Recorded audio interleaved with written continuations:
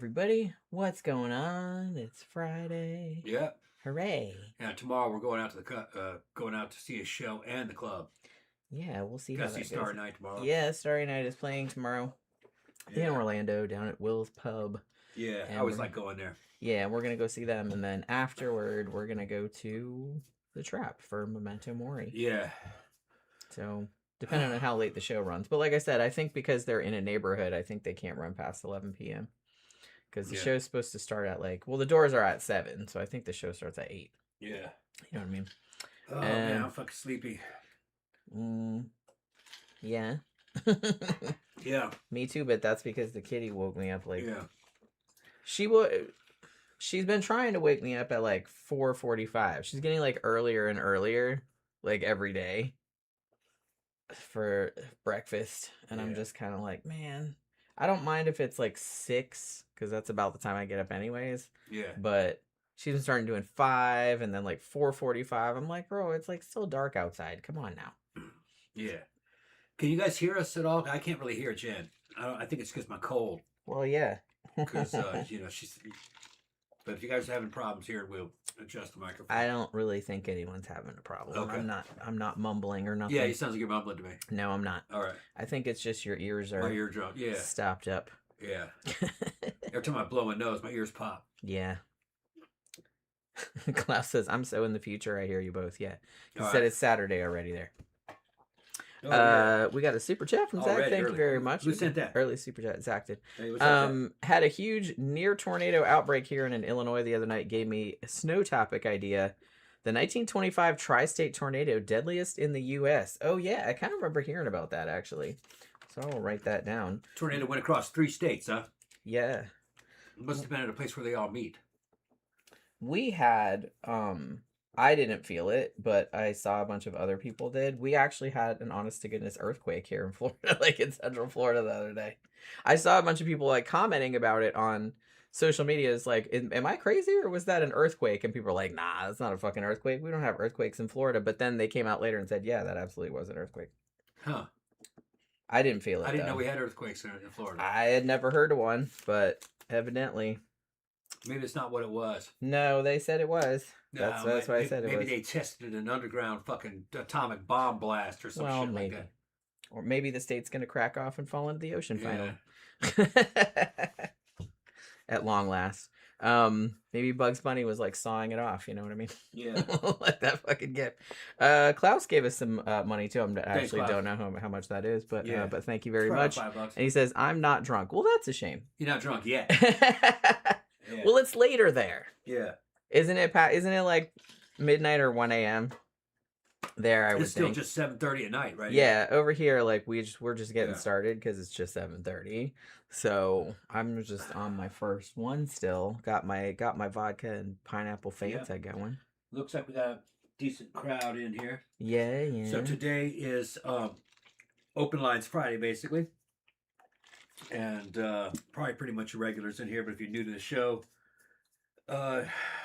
we're gonna drink and bring you into the this coming weekend with stories and anything you guys want to talk about. You want to talk about any cases that we covered in the past, any opinions on anything, asking of our opinions.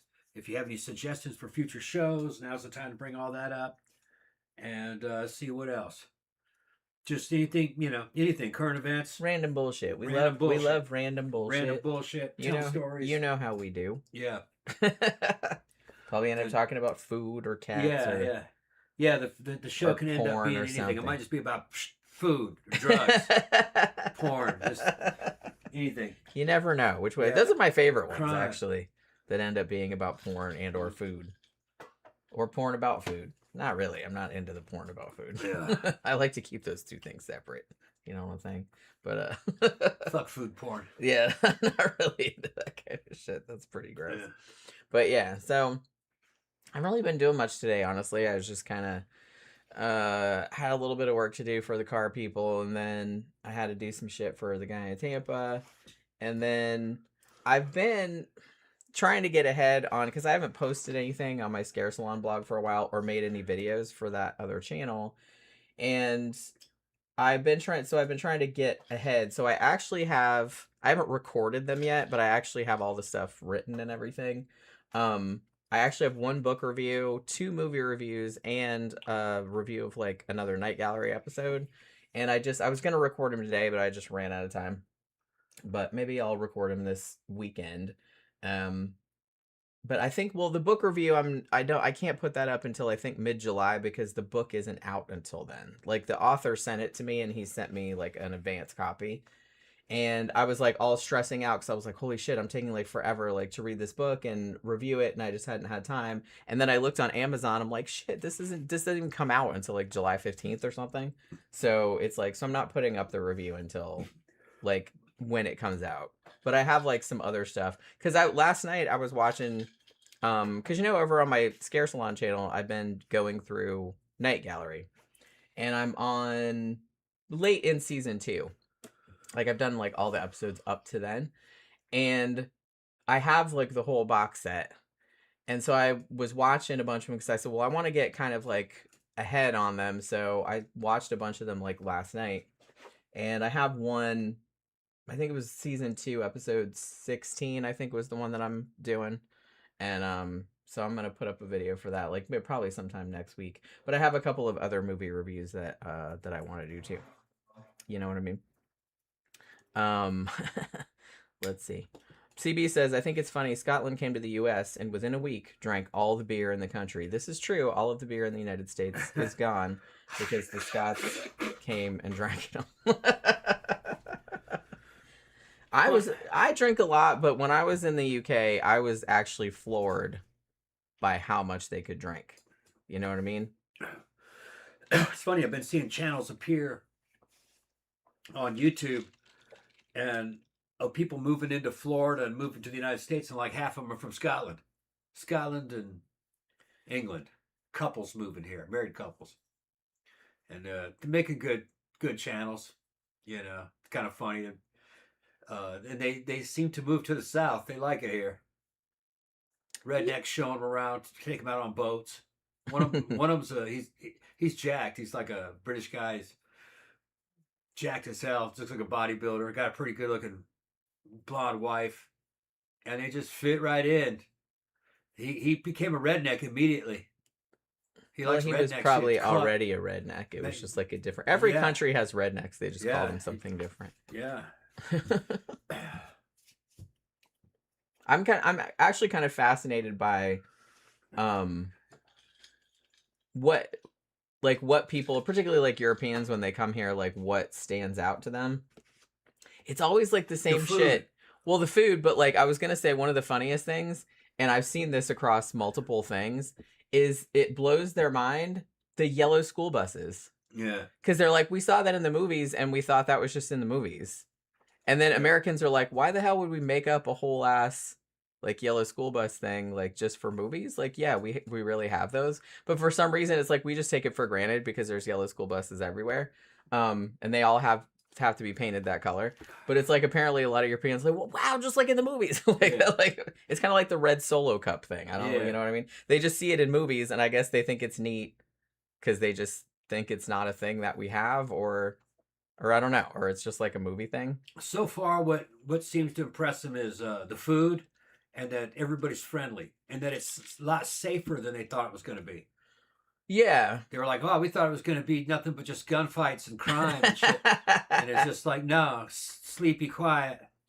Yeah, most places in the U.S., it's like, despite our reputation, there are some places you probably shouldn't go at night and stuff, but none of us go there. But none of us go there, and you know what I mean? And it's usually pretty obvious. You know what you're going to get like, where you shouldn't be. Yeah. As long as you stay, like, in just regular-ass areas, like, it's very, very, very...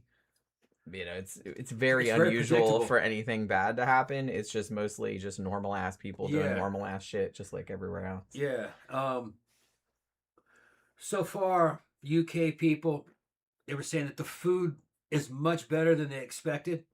They had a weird idea that American food wasn't any good and that it wasn't healthy. But no, there's all kinds of healthy food. And I mean, you can get anything here, literally. Yeah, and you can. Well, what surprised them is what you could get in certain locations, like they're going to Buc-ee's. Oh yeah. And getting barbecue. And that, real fucking well-made barbecue stuff, and you're like, man, Bucky's is like a truck stop and a store and a gas station all together, And We don't have them in Florida, but it's a big thing, like in Texas and like a few other places. What we have here is what's the name of that shit? Not Racetrack. What's the? We have Wawa. Wawa. But they have those all over the place. Wawa. Actually, we didn't even get Wawa until a few years ago. Wawa's like a deluxe gas station that has a store in it that you can get food. It's good food in there, real good. You get pizza in there, anything, sandwiches. Yeah, and not like shitty pizza. And I'm not gonna shit too much on like even 7-Eleven. When I was growing up, like convenience store pizza was like bottom of the barrel. That's like what you got when there was no other options and it was like kind of shitty and it had been sitting there all day. But to be honest, like most of the stuff that they sell in 7-Eleven now is like pretty good, like pretty edible. Like we even go in Circle K sometimes, like if McDonald's isn't open or whatever, like in the middle of the night, because Circle K is open all night. And they got like little sandwiches and like breakfast sandwiches you can heat up and stuff like that, and they're all like perfectly fine. Like saw one with some Scottish guys. They're here for the World Cup, and they were walking around in a big gang, and some of them are wearing fucking tartan, fucking the clan tartans and shit, and with American flags and Scottish flags, and everybody's saying hi to them, and they go into it's not. Shit, what's the name of that big store? It's not Walmart. It's not Sam's. Costco? Costco. Yeah. They go into Costco and buy a pre-made rotisserie chicken, a whole chicken for $5. Yeah, they got that. And they took that out and they were all eating chickens. They couldn't believe you could get a whole chicken. Yeah. That's really the best deal in there, because you can do a lot of shit with that. You don't even just have to eat. You could just eat it like that, but you can make other stuff with it. They have little sides and stuff you can get. But a lot of guys will just get that $5 chicken. And if you can eat a lot, you eat that whole chicken. That's like, it's a bargain. Yeah. I was watching a video last night, like, I don't remember, what is their channel called? Like I said, those two sisters that are... Oh, I forgot. They're North Korean defectors. Hana and Ina. Yeah. And, they defected from North Korea. They lived in China for a while, and now they live in South Korea, but they come to the United States all the time and do, like, month-long trips. And they do road trips, like, people send them money to, like, go on trips, and they don't... bill for them. They don't, speak English all that well, but they have, like, translation apps, and they make themselves understood, like, pretty well. But they've been all the major cities. They've been to New York City. They've been to New Orleans. They've been all over Texas. Like, Hana learned to drive in the United States, so they rent cars and drive around in those, like, on the third or fourth trip. And I saw one last night, because they're in Texas now, and so they're posting videos, like, every day or so. And they had one that they put up yesterday that they just went into Buc-ee's. Because everybody was like, well, everyone told us we have to go to Buc-ee's, so and it's this massive, it's a gas station. It has like a bajillion gas pumps. That's one thing. And it's just a massive store. It's got like a whole gift shop in it, and they make fresh food. They make fudge. There's pulled pork sandwiches. They got all kind of stuff in there, and they couldn't believe it. You know what I mean? Like all the fucking food that was in there. Zach fucking said no to Wawa. No, Wawa's good. I don't even know if I've been in one. Yeah, I've been in there. It's got all kinds of good shit. The food's good in there. But they have everything. Where's the closest one to here? It's on the way back to the biker bar. Oh yeah. Okay, yeah, I know where that is. Yeah, I know where it is. I don't think I've ever been in there. Yeah. Not that I remember. If I did, I didn't get any food in there. I probably would have just got a soda or something. They're selling pizza by the slice in there. It looked good. I didn't have any of it, though. Yeah. I haven't heard anything about... mostly when people talk about Wawa, they usually talk about the sandwiches. Yeah. But I've never had any of their sandwiches in there. But like I said, it's just kind of like... It's got a lot of pumps. A lot of gas pumps. Yeah. And, well, yeah, like I said, it's funny because you can't really get away with... I mean, a gas station, like I said, they would always have, like, shitty food. Like, when I grew up, like, my grandma's house in Daytona Beach, which is actually Holly Hill, and there was a 7-Eleven right behind her house. So we used to walk there when we were kids. We just walked there all the time, like to get candy and whatever. And you know, they had food in there, but it was kind of one of those janky 7-Elevens that had just like the big jar of like pickled pig's feet and like pickled eggs and shit like That's that. old school shit. And it was old school. And like they had the little roller thing with the sausages on it, but they all looked like mummified, like they'd been there for like a week or more. And I don't think they had pizza when I was a kid, but it's like if they did, I wouldn't have eaten it. Yeah. And look, I love hot dogs and stuff like that, but I wouldn't have eaten one from out of there. And I would have eaten pretty much anything, and they looked pretty dire. But like nowadays, I've eaten food out of 7-Eleven because where I used to work at a print shop, there was either, if I didn't bring lunch from home, the only options that were right there were like a Subway and a 7-Eleven. Yeah. So a lot of times you just go over to 7-Eleven and get some food over there, and it was all, I never had anything that was bad. Like it was all like pretty fucking edible.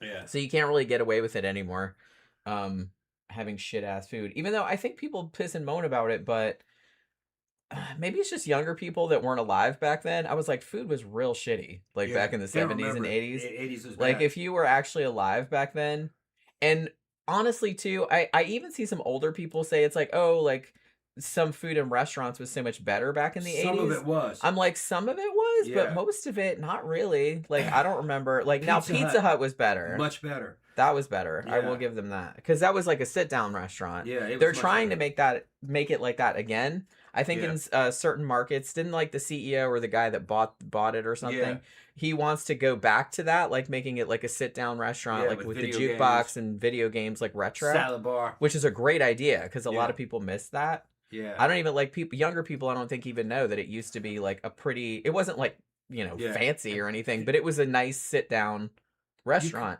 The pizza was really good. And the pizza was good. Yeah, it's not good now. No. It's just just okay. Basic. It used to be like real pizzeria pizza. It had real like good I'll cheese eat on it, but it had buffalo mozzarella cheese on it with stretch. It had a lot of cheese on there. And there was something about the way the place smelled. It smelled like pizza in there. And everything was kind of like, there's no way to describe it. Everything was slightly greasy. Yeah. Like, you know what I mean? It felt like everything was a little bit greasy. Even the video game's a little bit greasy. I do remember that. Going up there with fucking everyone was so sticky. Greasy hands after picking up those slices of pizza. But it smelled good in there. Yeah, it did. I remember. Yeah. We used to go every now and then. Yeah. CB said, Jenny, what's the one food your stomach is like, bitch, you better put that in me? Oh my God, so many things. A lot of food. All of it, pretty much. Honestly, I used to be, I don't want to go too far, but I used to be, when I was a kid, I used to be kind of a picky eater. Like there was a lot of shit I didn't like. But as I got older and like tried more things, I really can't think of much that I won't eat. There's some things that I would rather not eat. You know what I mean? That it's like, I don't hate them, but I'm just kind of like, I would rather not have that. Other than like, obviously really extreme shit. Like, you know, that whatever that, like that duck in the egg is, balut or whatever that is. I'm not eating that shit, okay? But it's just like, other than that, I'll try pretty much anything once. Yeah. And I never used to be like that. They're keeping track of of the World Cup scores. It's funny, is Anglo-Americans give two shits about soccer. We don't really have it. Latin Americans have it. You know, if you have a Central or South American heritage, they care about the World Cup and soccer. But Anglo-Americans consider soccer a girls' game. That was something that girls played. Well, not so much girls, but like a kids' game. Because like a lot of kids would play it like in school. American football, the way it used to be, was we considered that just because it used to be a lot more violent. You know, guys would get killed and have fucking head injuries and multiple head injuries and shit. But they not really something to aspire to. But what's that? Not really something to aspire to. Well, it was more dangerous. Having multiple head injuries. Yeah, it was more dangerous because they were considered to be kind of like gladiators. I remember when I was a little kid, my dad and all of his friends, they took that shit very seriously. And it was a different era. It was big corporations were behind it. It was real violent. It was kind of like a gladiatorial sport. Probably, I think England has rugby, which is pretty violent too. Yeah, more than football. What's that? More than American football, for sure. I don't know. Actually, I would even argue that hockey is a lot more violent Hockey than is more, American yeah. football. They used to. No, that's not true. They would get in a lot of fights and knock their teeth out and shit. But, Well, yeah. But ice hockey was really more about fighting more than it was playing a game a lot of the times. But they changed those rules too. Made it less fun. Old American football used to be a lot more dangerous. They were bigger guys. They had a lot of padding and armor on them, but they would still kill each other. Some guys would get killed in it every now and then, but it usually fucked them up. They usually had a lot of head injuries when they got done with it. But they were making a lot of money. They just considered it to be, that was just the way that sport was. Rugby, I don't know much about it. There probably was a lot of fights. It's probably more similar to hockey. I know that guys would, break fingers and shit, but I don't think those guys were as big as American football players. Oh, I don't know about that. I've seen some of them over there too. And they don't wear all that padding either. Yeah. Yeah, but were their job to just run right into each other and just basically trying to kill each other? Pretty much. Okay. And like I said, they didn't have helmets or padding or nothing. Well, then they would have died. I mean, a lot of them got fucked up. Because they were purposely trying to crush their heads into each other. That's what the helmet was for. Fucking, especially the guys on I don't know the names of all those positions. Here's another thing. Me and Jen's generation gives a shit about fucking sports. Most of us didn't. No, I never really cared about it. I mean, I knew some people that did, but I never really did. No, I hated it. We grew up with that shit on television, and your dad be watching that shit all the time, and it was just the sound of that game and that crap would turn you off. You wanted nothing to do with it, that shit. It was just really annoying. I didn't really care about those rules. I was just like, well, if they're really in a conflict, why don't they have guns? Why aren't they out there shooting at each other? That was just how so I just thought it was a stupid fake combat, It's not a real fight. They're not out there with guns or blades. It's just fake combat. So I just thought it was fake. Now, I liked video games because that was fake combat. Which is also fake. But at least you were fake, And I liked car racing and motorcycle racing a little bit better because guys did get killed doing that. I could kind of understand that more. Playing with balls, I just never really like. That's kind of dumb. I thought it was dumb, and I could tell it was kind of like these dudes living vicariously through other men that they're seeing on the screen. Kind of, you know what I mean? Like your dad and his friends aren't in any shape. You know, these guys are in great shape. And they're out there beating each other up. Just thought it was dumb. They're kind of like wrestling. I kind of thought that was dumb too. But at least wrestling was supposed to be dumb. Yeah, and nobody thought that it was like real. Nobody took that seriously. So I kind of had more respect for that because that was just a show. Yeah, and everybody knew that it was. But it's like, well, like I said, when I was growing up, like my dad was kind of sort of into football. He was way more into NASCAR. Yeah. The weird thing about the U.S. in a lot of ways is that, NFL is a big thing, but what a lot of Europeans and stuff don't understand is that college football is fucking huge. Yeah. I would actually, particularly in the South, I would argue that in some places in the South, it's like bigger than professional football. Yeah. Like my aunt and uncle were like huge fucking UF like Gators fans. They had Gator shit everywhere. Like they had all had the clothes and flags and everything. They would go to every game. They didn't go to the University of Florida. I don't think either one of them. Yeah, that was one. But they loved that shit. That was one of the things that these guys from Europe that were saying it impressed them. They're here to watch the soccer game. What's it called? The World Cup. World Cup. Yeah. They're seeing that these college stadiums that are in everywhere. The college stadiums here in the United States are bigger than the British professional stadiums. Some colleges have massive. They're massive stadiums. They're massive. Yeah. Because college football is a huge deal. Yeah. Like it brings in a lot of money. Like one guy was going like, look at this, and he was like, hey, I forgot what college he said it was. He goes, this stadium is bigger than Wembley Stadium. Is that what's called Wembley Stadium in England? Yeah, it's called Wembley. He says this is bigger than Wembley. And this is just a college stadium. College stadium, yeah. Yeah, Now, Some, we've but had not. They're not all like that. But no, yeah, not all of them. But some colleges there's a that lot are of that them. are known for sports, which some colleges are. Yeah, Like a lot of them have yeah, massive fucking stadiums. yeah. And we had massive stadiums that were like the one that we had in Detroit. I think fucking the Detroit Stadium, the Lions Stadium. I don't remember. I don't remember my boys here. He'd remember which, but that one got abandoned, and it was huge. But the Yeah. economy, Detroit's economy, fucking went under, and they lost their team, and people stopped fucking going out, and that stadium just I think it's demolished now, but it was huge. I It was remember huge. I used to go to in Tampa. They have Raymond James Stadium, which is where the Yeah. Tampa Bay Bucks play. And I'd been there multiple times because my ex-husband was super into soccer. And I don't know if they, I think it's still around, but we have an American soccer league, the MLS. And so we followed the Tampa team, or he followed the Tampa team, and I just kind of tagged along. He had he had season tickets.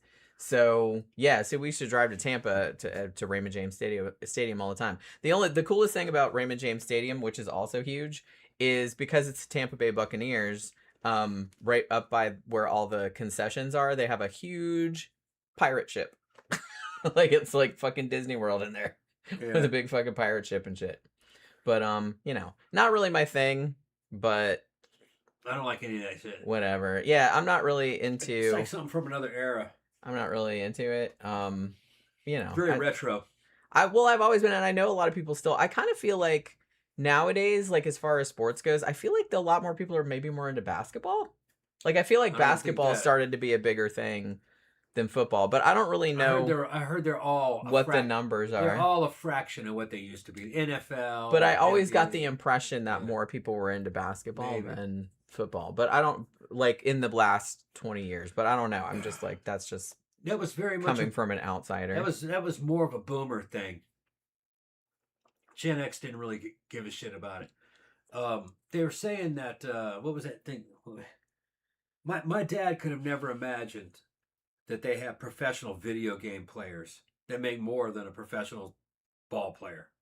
They could imagine that. What a time to be They alive. had dudes that were making fucking hundreds and hundreds of $1,000s playing fucking StarCraft for a while. You know what I mean? And there's these tournaments, and the guy's not famous. You'd never know him, but the Yeah. guy's making fucking millions of dollars a year playing StarCraft. Which That was a while Which back. is kind of hilarious. Yeah. And it's probably that guy every day. He probably gets up and being like, "Fuck you, mom, for thinking that like I can never get anywhere yeah. playing video games. Yeah, you'll never. I'm get a fucking job. millionaire." Yeah, you're a millionaire playing Suck it. StarCraft. Yeah. Yeah. I mean, whatever. Hey, it's like whatever people will pay for. I'm not. Everybody likes different shit, and I'm not gonna shit on it too much. Yeah, It's just that. they had a kid who made millions of dollars just because he made a Fortnite map Yeah. and then put it up on the thing that I guess he was well known and everybody bought it for a few pennies each and it And he sold like so a many of dollar them that piece and sold millions of them and dude made like $4 million off a video game Fortnite map, a level he did that he made. Just crazy. But that's Yeah. how it is. Well, yeah, and I mean that's the thing. It's like you can And disparage. he's like 16. You can disparage it all you want, Yeah. but on the other hand, it's like, well, he wouldn't have been able to make all that money if people weren't really into it, and it's Yeah. like, so it's not his fault. He was just taking advantage of an opportunity that was I mean? Yeah, and he was a streamer. He was streaming his game. Yeah. So he was well known, and he put up a Fortnite map, and he made I think $6 million off of it Yeah. in a few months. And he's Which, like yeah, 16. if people are willing to pay for that. Yeah, he had several million And- subscribers, and it started. and when they the were thing buying about it it- moved to the top. And it wasn't just that he did that. That didn't happen in a vacuum. No. Like he was already well was known, known, yeah. before that, like obviously. So if he did that, then then they were gonna. Yeah. So you have to kind of build up an audience and a Yeah. following first before you can make all that money. Yeah, Like it's not like some rando just came out of nowhere. you got to be in the right place at the right time. Yeah. It's just like people crying about like influencers and stuff like that, Yeah. which like a lot of them are really annoying and stuff, but it is work and like you do have to do a lot consistent. to be consistent and like get in front of eyeballs, and you don't just get money. Most of them don't make that much money. No, Like and they some people are just a flash in the pan. yeah. They're in the right place at the right time to make hundreds of thousands of dollars in a few months, but then they drop off. You never see the person again, and he doesn't make that kind of money anymore. But then there's some guys that can just, like PewDiePie, who had a dumb channel and made millions and millions of dollars off of millions and millions of fucking teenage boys with their mother's credit cards. You know, stupid, by giving them comments and sending them money and shit. Yeah. And he ran YouTube for a while. I mean, you know, he was a #1 on YouTube for a while and other platforms. And he was famous for just playing video games and being silly. And something about that resonated, apparently. Yeah, he was the right place at the right time. Because a lot of people are doing that, but only he was kind of the main one. Well, he was in the beginning, the first few assault he got in on the ground floor. He couldn't do that again. No. Because there's so many. He wouldn't stand out. It happened to be, he was the cool thing at the time. But it was enough to where he doesn't have to work. He still has a show. He still makes money. He's still got fans. He'll never have to work again in his life. Unless he blows it all on hookers. I think, he owns properties now and, you know, owns his house. And, I'm just saying. We said that about, like, rock stars and shit in the 80s. It's like, oh, well, they never have to work again. And then 10 years later, they're, like, living in the gutter. Because they blew all of it. They blew it all. Or in some situations, like, the record company, like, basically fucked them out of it. Like, that happened sometimes, too. So it wasn't always their fault, but you know what I mean. We got another super chat from Klaus, and he says, okay, now I'm drunk. Yeah. So that was a pretty short time in between those. Slamming. I suspect that you were probably drunk the first time, and we're trying to make what's he drinking? us think that he probably drinking beer. Also, I wanted to say, and this was like a long time ago that she said this, but it is Oracle's birthday this week, so Oracle. Happy birthday, Oracle. Because she was talking about, when they were talking about what food everybody likes, they were talking about Cajun food, and she said that's what she had for her birthday dinner. Cajun food? Man, I haven't had Cajun food in a long time. Yeah. I'm thinking about it. But and I think the last time we had it, you made it. Yeah, haven't made it in a while. Do we even have any good Cajun restaurants around here? No. I don't think so. I've never seen. I'm sure there are some, but I don't. The problem with Cajun food is that Cajun food is kind of not a thing. Everything that you would call Cajun is Paul Prudhomme. That's one of his recipes. They just had Southern food and they had their own way of doing it. But Paul Prudhomme came up with some stuff that people decided to, I guess that's Cajun, like blackened catfish. That's not very old.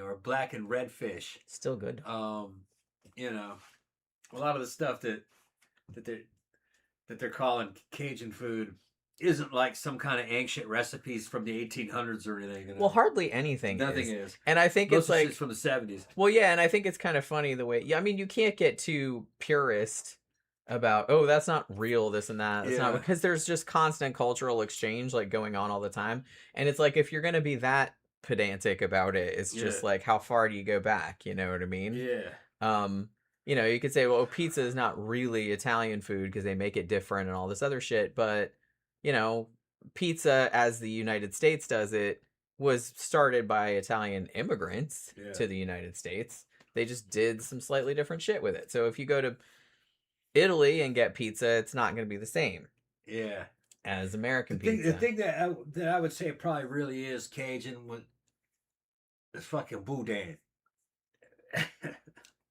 boudin balls. Yeah, I don't think I want to eat that. Fuck that shit. I bought some boudin. I was driving that fucking Toyota Corolla going to New Orleans, going from Mississippi to New Orleans, and past the gas station. This is in the very late 80s. This is before I went to the Army and everything. And I was hungry. I was in that gas station, and they were selling stuff behind the counter and behind the glass counter, and I saw boudin, and it was cheap. It was only like $1.50. It was a ball, and there's a reason. I'd heard of it, and I said, "Oh, I've heard of that." And I said, "Let me try one of them boudin." So they gave me some boudin, and they put it in wax paper, and I'm driving, and I'm eating it. I ate about half of it, and I'm like, got into there, and it was like a big hush puppy, like a fried ball of. Which that sounds good, actually. Yeah, a corn bread kind of. and in there was meat, and it kind of had that internal organ flavor to it. It's probably roadkill. Huh? No, It's probably roadkill. whatever it was, it had liver in it. Oh yeah. And I was just going like, I'm not a fan. What actually is this? I ate about half of it, and fucking I said, I don't know about this, I said, nah, and I threw half of that fucking boudin out, and 15 minutes later, I was driving, and all of a sudden, I started getting dizzy. Uh-oh. I fucking put the brakes on, blah, threw that shit up. Whatever it was, it went bad. Yikes. Yeah, it had turned. So I think the boudin had been there for too long. Yeah, and that was it. That was it for boudin. I would never that was the bad experience. Yeah, no more boudin. Yeah, I was just sitting there standing on the side road, cars going by, and I'm fucking throwing up like crazy. It's like, hi, mind your business. Dry heaving that shit up. I was even hungry. I was even more hungry. I hate when that happens. Yeah. Like you eat something, and then you feel like the illest you've ever felt in your life, and then you just puke your entire guts up. I gotta get that fucking. And you're like, I just want to eat again. Stomach, and another gas station went by. I went in there and got a microwave burrito. The microwave burrito, and it kissed. And I was like, oh. And then plot twist. A lot twist. better. 15 minutes down the road, you were like, no, those things don't go bad. Yeah, there's too many preservatives. Too many preservatives in those things. Was there a frozen one? No. It was like it's stuff. It's like it was like what you get in old 7-Eleven. Oh, okay, yeah. In the plastic wrapper. I don't really like. bean I burrito. don't like those. They're okay. But I don't have much of a flavor. I mean, if I want to, yeah, that's the thing. I just wanted something big. Yeah. If I want a burrito, like I want like a burrito, like a homemade burrito, like you make. You know what I mean? That's like actually got good shit in it, like and fresh stuff out of the garden and stuff. Like the frozen ones are they're all right, but it's not really the same. Yeah. That's one thing too that a lot of Europeans talk about when they came into the US too, is that you can't really get, and I'm sure there's exceptions to this, but maybe because some of y'all are in Europe and you can tell me, but it's that you can't really get good Mexican food anywhere in Europe. Like I've heard of a couple places where you can. Yeah. But they said it's not really a thing. Like it's kind of maybe slowly starting to infiltrate, but it's not like here where you can get good Mexican food pretty much anywhere. Yeah. And in Europe, it's not going to be real Mexican food. It's going to be like a copy of California Mexican food. Cal-Mex. Which is its own thing. Like there's different styles, just like every other food, but yeah. But I've heard market we have here, we got real Mexicans in there making it, or Central Americans. They're probably it's a legit Mexican grocery store / restaurant. Yeah. And they all eat. All the workers eat. All the agricultural workers eat in there. If you go in there at lunchtime, all the farm workers. Yeah, they're all because there's a bunch of farms around here. Yeah. And they're all in there eating and buying their groceries and shit. They got good shit in there though, like good prices. Yeah, tacos al pastor. Mm. They have all kinds of stuff. Although last time we ate there, it wasn't great. I don't remember what I got. Depends on who's cooking. Yeah, it was okay, but I was just like, man, it seemed like so much better. I think they changed cooks. Oh, maybe so.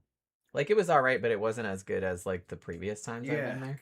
Some of it tastes like it's been sitting around like they pre-made it, and they were waiting to serve it. Yeah, maybe so. I don't know. It's hard to say. It's all okay. It's okay. Yeah, it was still fine. It was just that it wasn't as good as what it had been before. But that was a while back. We haven't been there in a long time. Yeah. It's excellent guacamole. Yeah. Excellent guacamole. Yeah. They make it on the spot. Yeah, that's one thing. You just make some fresh ass shit. American Military says, topic suggestion: the porn murders. Late 80s unidentified serial killer who murdered half a dozen adult store workers in Stockholm. I remember kind of hearing about that actually. But I'm gonna write that down. Porn murders Stockholm. Yeah, I think I read something about that a long time ago. But yeah, I mean, out of around here, we don't really go out to eat much anymore because because it's expensive and we don't have a lot of time, but probably the best restaurants by us, probably that Japanese place, I think is the best one around here. Yeah. They got some good ass. It's expensive. It's expensive though. Actually, the prices went up. Yeah. We ate there probably a couple months ago, I think was the last time. Yeah, the portions are small. It's not. And I mean, it's enough for me. because I can't do the giant portions. Not enough protein. But I usually get like bento box or they have like a couple other things with like steak and stuff that's good. Americans don't consider vegetables to be food, really. That's the filler. We consider protein, meat to be food.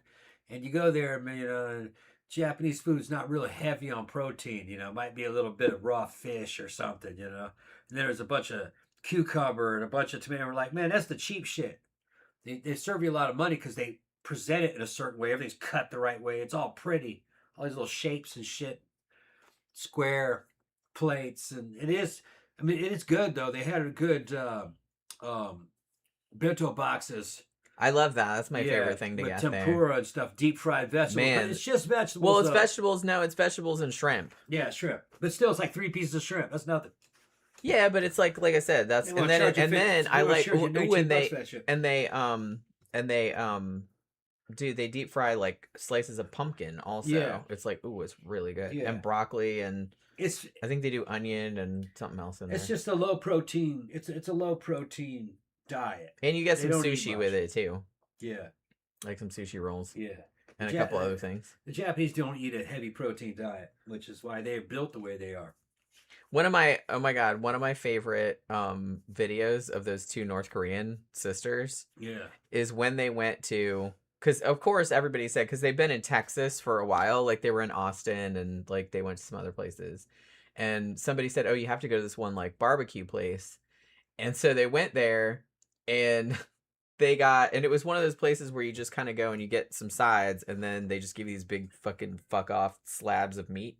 Yeah. And they get this huge fucking, it looked like Fred Flintstone shit. Like it was just massive bone with like a huge like rib or something. And it was hilarious because beef rib. The one girl, the one woman, she's like, how are we supposed to eat this? And then she just picks it up and just starts eating. It was like this big. Yeah. That this bone was like this. And I was like, you should take that and make it a little necklace or something like that. The hilarious thing, fell off the bone. Every single time I watch it, like they're so funny. Like their interaction is so funny with each other. Like they're speaking Korean, obviously, but it's like they have subtitles. And the running joke is that Ina, I mean, they're both Korean, so they're small. They're very thin. But that girl can eat. Holy shit. I was just like, and I was always talking about being hungry. That's like all she's talking about is being hungry and wanting food. And she's like, oh my God, I'm going to die if like I don't eat something soon.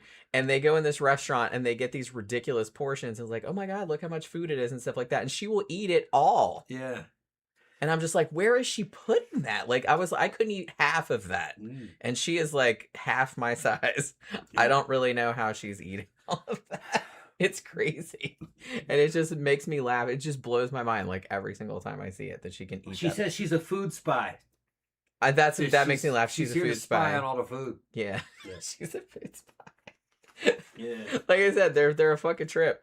And it's just like all the shit that she eats. And the funny thing too is that, she'll eat it and if it's really good and then she starts like doing a little food dance. Like in the seat. She doesn't give one single fuck like if anybody's looking or anything like that. She's just like how good it is, like bopping around in her chair. And then she's just like stuffing her. They go to Dollar Tree and they just start buying random stuff. They just bought a can of asparagus. And they were like, they ate it and they go, that's what that tastes like? They don't even know what they're buying. They went to Dollar Tree. And it's like, they don't, they're Korean. So it's like, they've been to the United States like a few times, but they don't really know like what goes together and like what, as far as food goes. And so they go to Dollar Tree and they're like, wow, look at all this cheap stuff. And it's like, let's get some shampoo or something that's only like $1.50 or whatever. Yeah. And then like they go in the food section and they literally bought a jar of like pickled asparagus, I think it was. No, it's just asparagus. Or just regular asparagus. They bought a can of collard greens. Yeah. That didn't have a pull top and they didn't realize that. I was like, well, you should have bought a can opener at the Dollar Tree. Yeah. That's where you made a mistake. Yeah. And then they bought some other like random ass food. They bought some like Korean like shin ramen because they were like, oh hey, they sell that here. And they were like hot sauce and some hot sauce and like just a bunch of random shit. Didn't go together. And then they show them back at the hotel room trying to open this can of collard greens. Yeah. I'm like, why? No way to open the collard greens. Why do you want just one can of collard greens? They didn't know what they were. Yeah, they were just like, oh, what's this? This looks interesting. And I'm sure like the person checking them out was like, what the fuck? It makes sense if you live in Korea. You see Koreans, they just eat a lot of kimchi. Things that are like cabbage. So cabbage is almost like a staple to them. That's so true. Go, oh yeah, it's green. Let's eat that. American collard greens are a side, and it's very southern coded. Very southern, and I don't think they eat them up north. Canned collard greens. Why would you want to do that? You know what I mean? I'm not really even a fan of fresh collard greens. Yeah. Well, so I can imagine being canned does not improve them. You have collard greens and the drippings from collard greens. Yeah. Butter and salt and the water that it's cooked in, and cornbread and rice.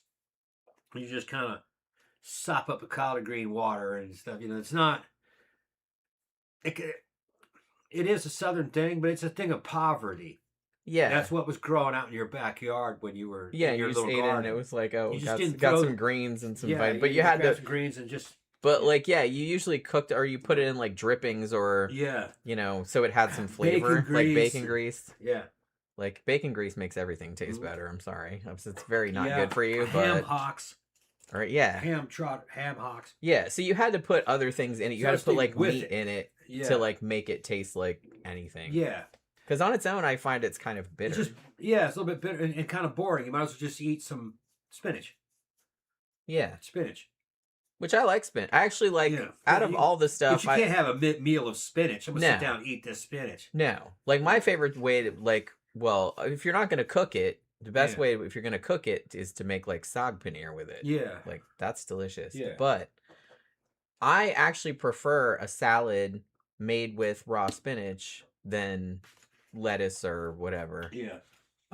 But yeah, I mean, that's a salad. So I want some tomatoes and some, maybe some carrots and some nuts and some other shit in there.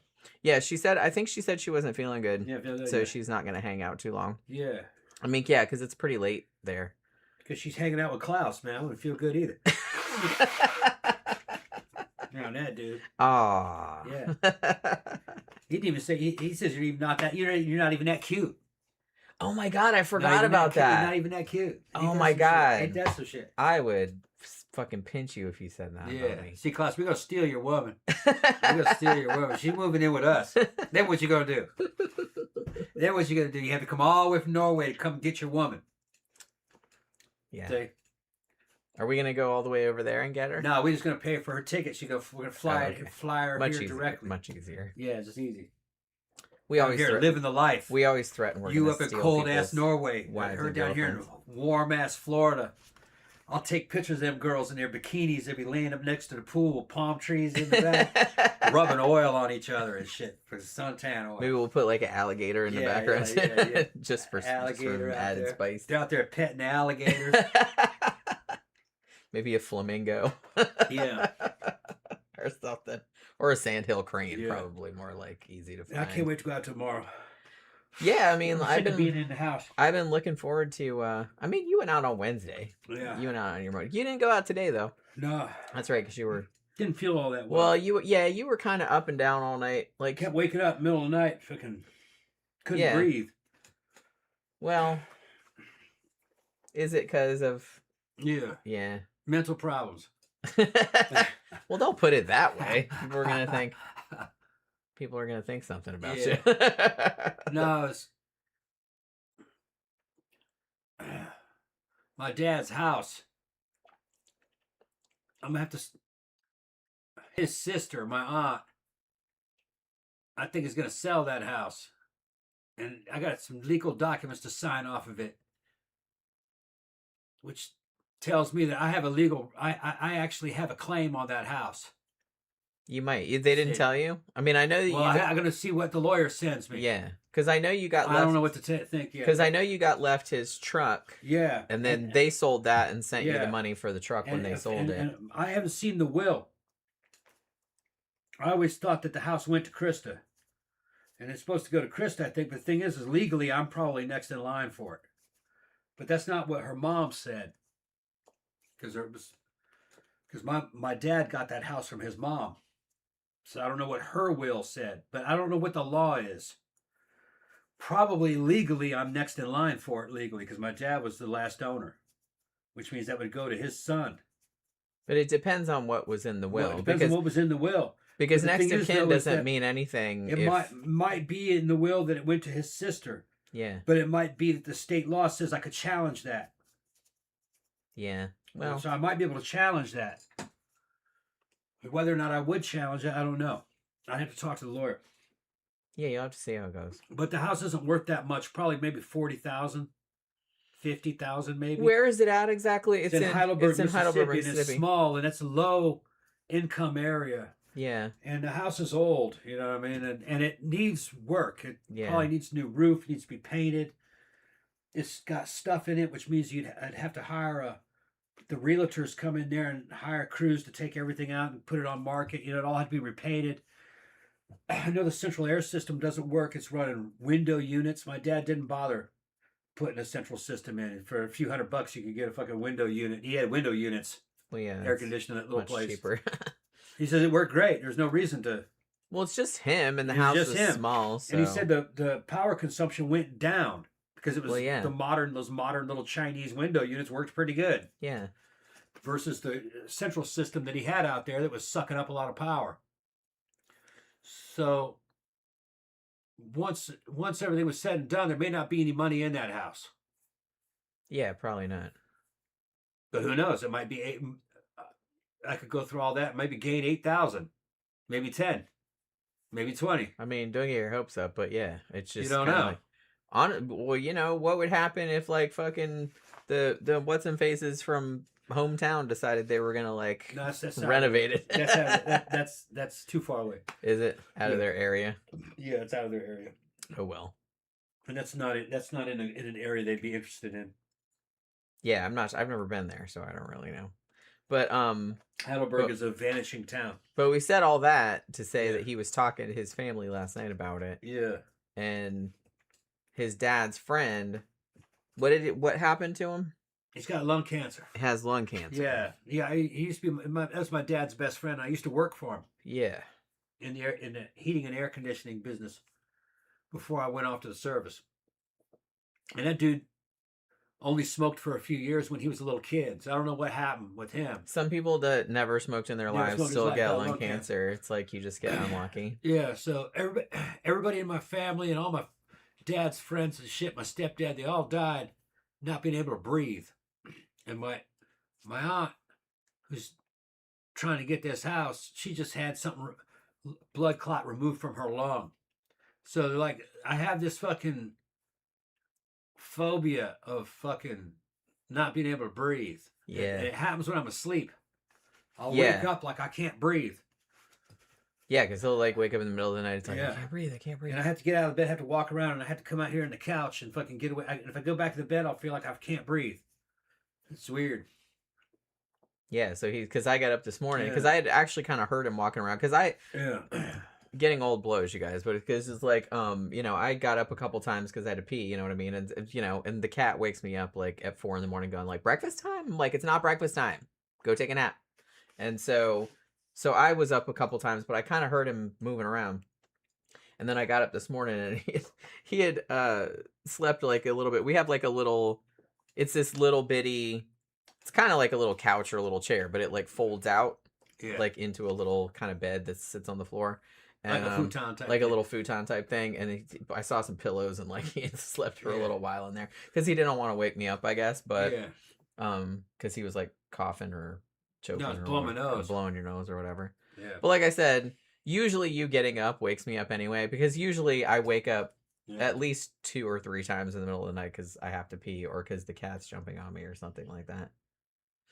Pookie is not too bad about stepping on me in the middle of the night, but sometimes when it gets kind of close to the morning, like about 5, she'll kind of come up and she'll walk up every inch of you too. So like she'll get like on my legs and like walk up my legs and like all the way up, and then she just gets right up to my chest and goes and just sits there, and she's heavy, you know what I mean? And then just kind of looks in my face, and I'm just like, hey, what's up? She's like, so are you gonna get up anytime soon and play with me, or what's the deal? So yeah. So I don't know. I haven't slept like a whole night through in a very long time. Either because I have to pee or because cats are climbing in my face. But, we love them. We can't help it. But yeah, so I think your thing, because I mean, as far as I know, I mean, knock wood or press board or whatever the fuck this is. There doesn't seem to be anything wrong with you, so no. I think it's just I know this is rich coming from me, but it's because I'm like the classic overthinker and I worry about everything. But it's like you really have to let shit like that go because it's gonna be like a self-fulfilling prophecy. Yeah, I feel like I'm fighting this curse. Yeah, but it's like it's not. That I'm gonna die. There's no not such being thing. able to breathe. There's no such thing. Yeah, because my dad couldn't breathe. He was like, I can't breathe. He was breathing fine. Yeah, but he felt like he couldn't because his heart couldn't pump any blood through his system because all his valves were shot. So no matter how deeply he breathed, he felt like he couldn't breathe because the blood wasn't circulating well enough. And then my stepdad, he couldn't breathe. He had ALS. His nervous system was shutting down. He was just locked in. He couldn't move. He could talk a little bit. He's like, it was a shitty way to go. I mean, to be honest, they had to intubate him, blowing fucking air. Because I saw a lot of that. Yeah, and my mom was tripping out, and we had like a social worker there, and I says, "What am I gonna do, man?" She goes, "Well, you have this," and she kept pointing at this damn syringe. They gave him a comfort package. Yeah, they do that. Which was a syringe full of fucking morphine, I guess, or something worse than morphine. And she said, "Give him that." And I was like, "She's asking me to kill that dude." Well, they can't. I mean, technically, they can't technically because of the legality that. of assisted suicide or whatever they want to call it. You can't really say, "Hey, this is not getting any better." Yeah. But it's like they can kind of She kept wink, pointing me towards that thing right there, and I was going like, like if it ever gets too bad, because it's not like they're not going to get better. And I was just like, man, they're suffering. If I inject that in him, and my mom knows, and she might flip that around on me. I don't fucking know. There's no telling. You killed him, Yeah, I mean, there's no telling. There's no fucking way. So I was just going. But yeah, it was. I mean, he was not. I didn't like him. No, I didn't like that dude either. But that's a shitty way to go. I don't think. I was gonna say nobody deserves to go like that, but I could think of a couple people that probably do deserve it. But I don't even think he deserved that. You know what I mean? That dude's a piece of shit. I didn't like that dude. Although you knew him a lot longer than I did. I grew up around that dude. This dude's a piece of shit. I didn't like him. He's a dick. So, but I think that's all it is. I think he hated me. Yeah. Yeah, he hated me. That's just true. an asshole. He was. Yeah. But what are you gonna do? Some people just be that way. Yeah. I don't know why. It seems like bitch was jealous. Yeah, it just seems so much easier to be nice, or at least like not get involved, or like not be actively shitty to people. But apparently that's too much to ask. Yeah. Sometimes I'm not really sure why, but you know what I mean. But I think that you live by the sea, the air is. But no, it has nothing to do with that, bro. No, no. I'm attacked by ghosts. Yeah. Yeah. And honestly, I grew up like literally right on the Atlantic Ocean. Yeah. And I don't think I'm any healthier or not than anyone else. Yeah, we're not far from the sea. We're actually not far. We're only about an hour away from the ocean, so we're not that far. We're kind of in the middle of the state. Yeah. But yeah, I think that's all it is. You just have to think that really, I mean, statistically, there's only so many ways that old people die, and a lot of it is like, heart disease or lungs or like breathing problems or stuff like that. It's very, very common. So I don't think it means anything in particular that that a lot of people that are in your family like died in those particular ways. Yeah. You know what I mean? So you can't worry about it too much, because you're gonna make like poltergeist shit start happening again. You're gonna make the fire alarm go off. Make the fire alarm. The smoke alarm. I mean, like, you know what I mean. CB says, British TV presenter Jeremy Clarkson has prostate cancer. Yeah, I saw that. Like, I just happened to see that when I was scrolling on social media. And, yeah, that seems pretty shitty also. Fucking getting ass cancer. Nobody wants ass cancer. You know what I'm saying? I could use, cancer always gets you eventually. Well, like I said, if you live long enough everyone will get cancer. Isn't that a cheerful thought? I mean, they're not all they won't all kill you right away. And most of them take a very long time to kill you, but I don't know. Like I said, I try not to worry about. I have enough shit to worry about just in day-to-day life. I try not to worry about shit like that because otherwise I would just be a mess that would never get anything done. You know what I mean? Because I'd be just like too fucking worried about it. So I have to like I said, I'm a classic overthinker and worrier. So I have to like deliberately talk myself down all the time. It's like, why are you worrying about that? That's probably not going to happen. And it's like, even if it did, like worrying about it isn't going to prevent it. It's just making your life worse up until whatever, you know what I mean? So it's just kind of like, it doesn't always work, but I do very deliberately have to like talk myself down like that all the time. Which is kind of a bummer. That's, but that's just how I roll. That's how my brain works. I don't love it, but you work with what you're given. And that's just that's kind of how the shit works. And that's how I gotta go about it. American Military said, what are your thoughts on Celebration, Florida, that overpriced, centrally planned Disney Corporation community? I heard that town has a dark side. I don't know a huge amount about it. I've driven through it a couple of times. And we have a friend he doesn't live there anymore, but his parents had a house there. And I mean, he really liked it, but I don't know. Like I said, I haven't heard anything too nefarious about it. It's actually, I mean, it depends on how you look at it. Like if you drive through it, it's actually pretty nice. Like it's really well maintained. I like that they went like a more old school Americana kind of vibe. So it looks like kind of different than your standard suburban, neighborhood that they would build in Florida. So I thought that was kind of cool. They're trying to make it look like like a nostalgic kind of thing, which is neat. And I can see how in a lot of ways too that might be kind of creepy, like sort of Stepford-ish. But I don't know. Like I said, I hear more nefarious shit about the Villages, to be honest with you. Like all the fucking shenanigans all those old people get up to. But I haven't heard that much about Celebration. I could look into it and see if there's actually some kind of creepy shit going on there, like if all the men there are conspiring to turn their wives into sex robots. I don't really know, but I may be keeping it a secret, but I don't know. Cause I mean, didn't Lil Swole, didn't his parents live in Celebration? Yeah, he had a house there. Yeah, for a little while. He doesn't live there anymore, but yeah, I think he sold that house. And his mom, his mom died, and like after that, like his dad sold it and like moved somewhere else. But I don't know where his dad lives now. But I haven't heard anything too bad about it. That was the only person I knew that ever lived there. I don't know anybody else that lives there, and I've only driven through it maybe 2 or 3 times in my whole entire life. It is pretty. Like I think it's pretty. But you can tell that they were going for, much like, Disney World has like the main street where they're trying to evoke that kind of like nostalgic, like Americana kind of feel. It looks like that. Here's the thing.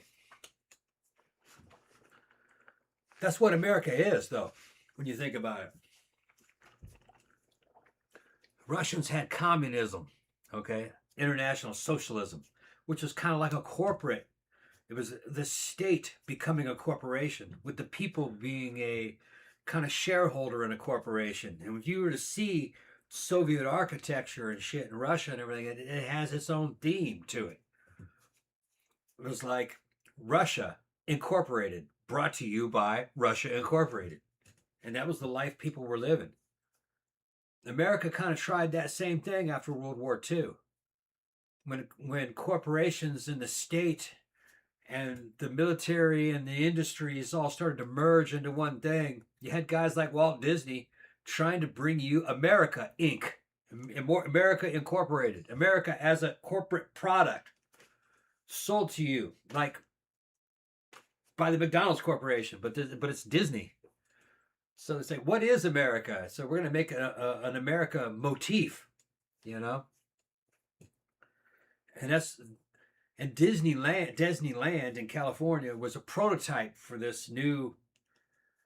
What would it be like if there was if there was an America brought to you by a corporation and we had the contract to bring the American experience to all the people. Yeah, it was like kind of quasi-utopian. Like Utopia. All right. So then they started up with Epcot, which was all experimental. And then it went here to Florida. Disney World here, it is like its own jurisdiction. It's got its own police force. They carry guns. They're real law enforcement.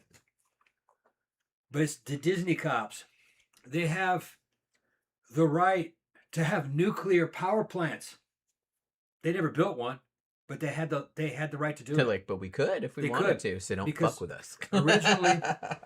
Originally, Disney and the entire theme park was going to have neighborhoods like Celebration and everything, and it was going to take over fucking this whole area, and it was going to be powered by nuclear power plants brought to you by Disney Corporation.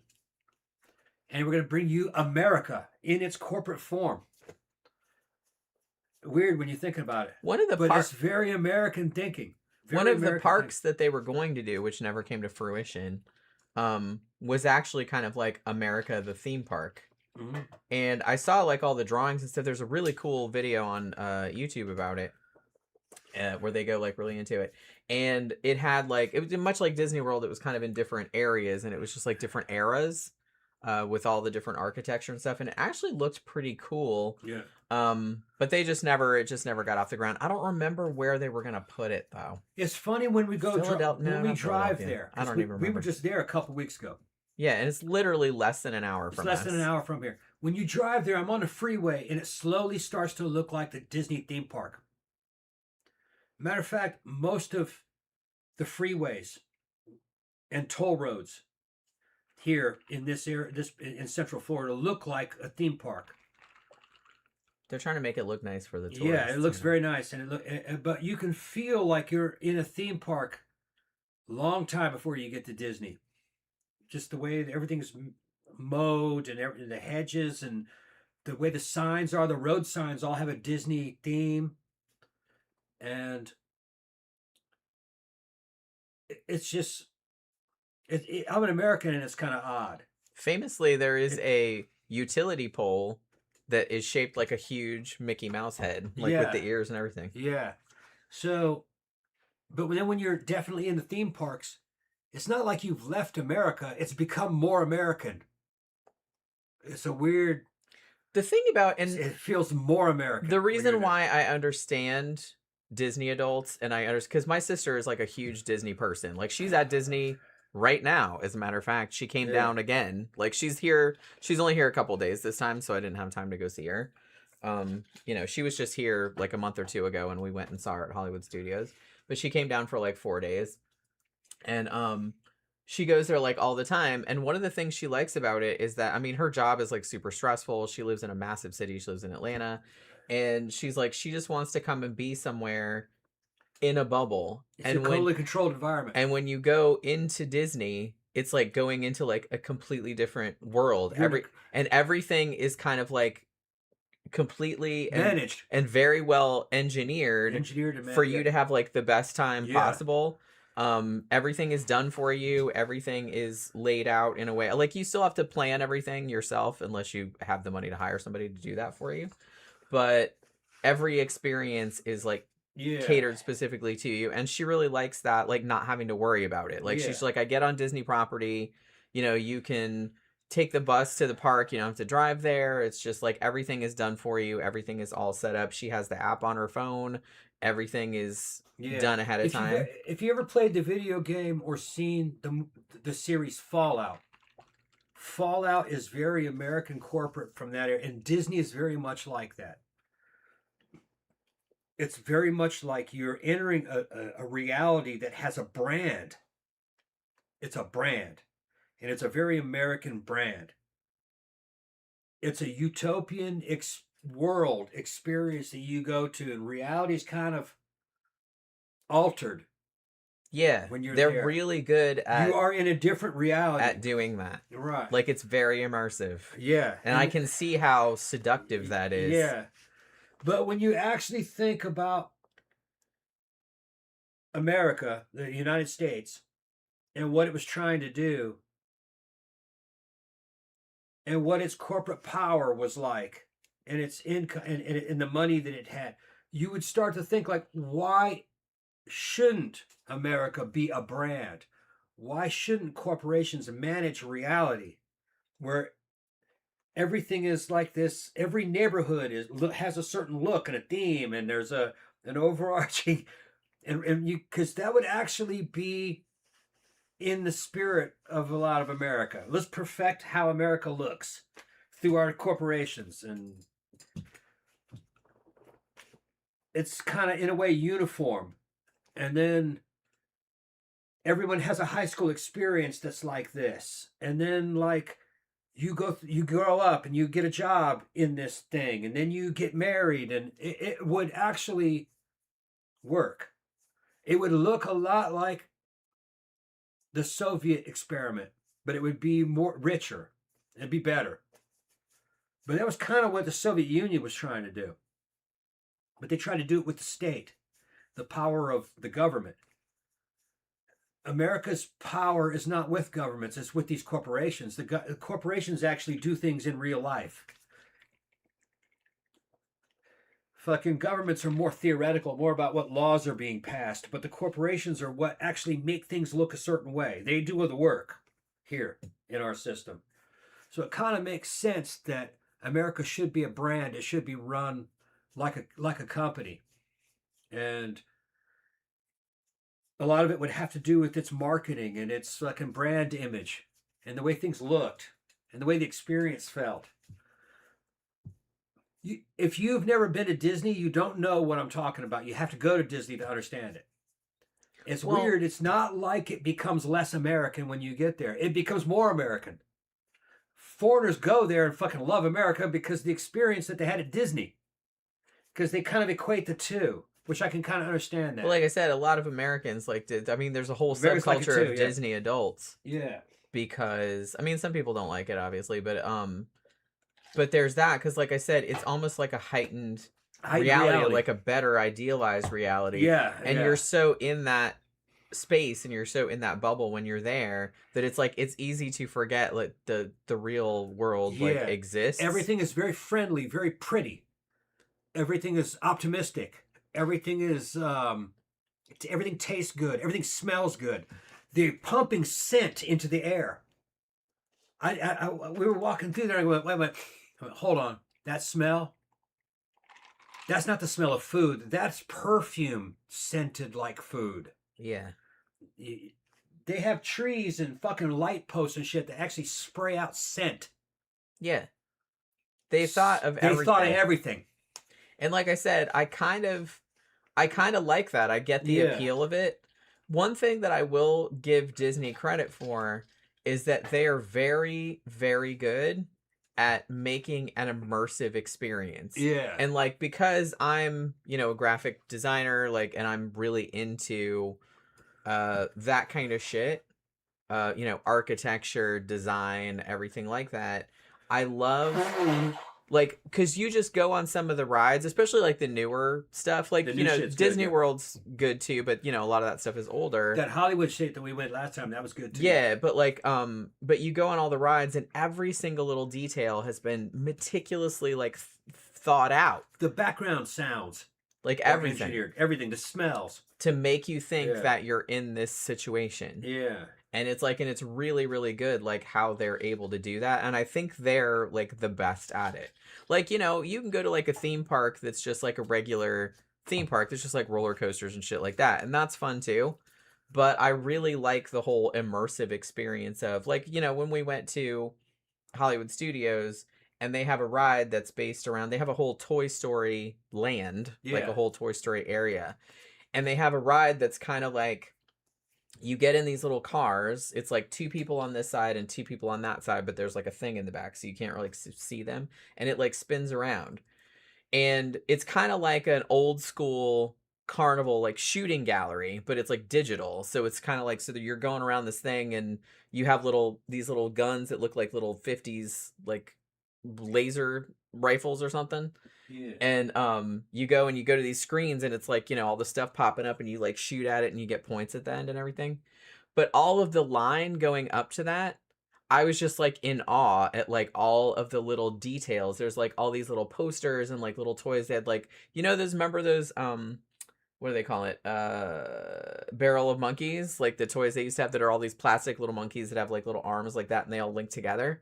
And they had those like all like they made them and they're all up on the ceiling and there's like a huge Mr. Potato Head whose eyes move and like all this other kind of shit. And so like and just big huge blocks and huge playing cards and it's like and it's really cool. So like all of the little details like while you're just waiting in line to get on the ride, like they put so much thought into it that it's like I can't help but like admire the effort that went into it because it's really really cool looking. Yeah.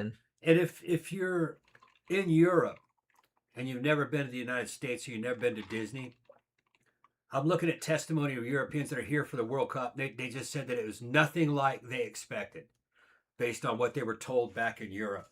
Well, from the images that they get, it's more real, it's bigger, it's a lot better than they thought it was going to be. Well, the United States is a massive country. Yeah, and it's got so many different things going on. You can't stereotype it. Yeah, so that's the thing. And well, I mean, that's true of like every country because I feel like everywhere, if you've never been a place, like obviously you're just going to stereotype, oh, all Germans do this or all like whatever. Germans are grumpy motherfuckers. We can agree. Yeah, and well, and it's just well, you know what I mean. But it's just kind of like so anybody that says, oh, Americans are like this, I'm like, bitch, there's like 350 million of us, and there's 5 different regions. There's 5 different regions, and like I kind of feel like there's a bajillion different. Yeah, and there's really no one monoculture because there's like a lot of immigrant communities. There's just like a lot of the subcultures. Monoculture was the corporate culture. It would have been like Disney. Yeah, the shit that you saw on television. America is not one country, which is something that fucks up a lot of. Even like some Americans don't realize that America is not one country. It's 50 countries. Each one was a state. A state means country, and they're unified in a federation. That's why we have a federal government. Each state had its own constitution, its own laws, its own way to do things, even though they're all very similar. The form of government is pretty similar to each one. So, and each state in each region is kind of similar, but the regions can be very different. The South is nothing like, say, the West or California. South is nothing like the Midwest. The Northeast is nothing like the rest of the country. The Northeast is kind of like more something like out of Europe. The mentality of the people, the way it's set up, it's a little bit more European. Well, because that's the oldest. That was the oldest stuff. As far as the United States goes, I know there was people that were here before that.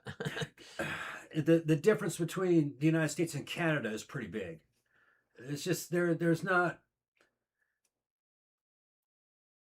And each state had its own history, Like Florida was actually part of Spain. It got purchased. For a while. And it still has a huge Spanish influence. Oh, yeah, massive. But even during the time when Spain was here, the British were here also at the same time. So you can find old British structures from the 1600s here. Actually, what this little town here was a British colony, wasn't it? Mount Dora. It was British. Yeah, it was always British. That's like about 7-8 miles from here. Yeah, and that's cool little place actually. Yeah, and good restaurant. I think that started in the early 1600s. I think.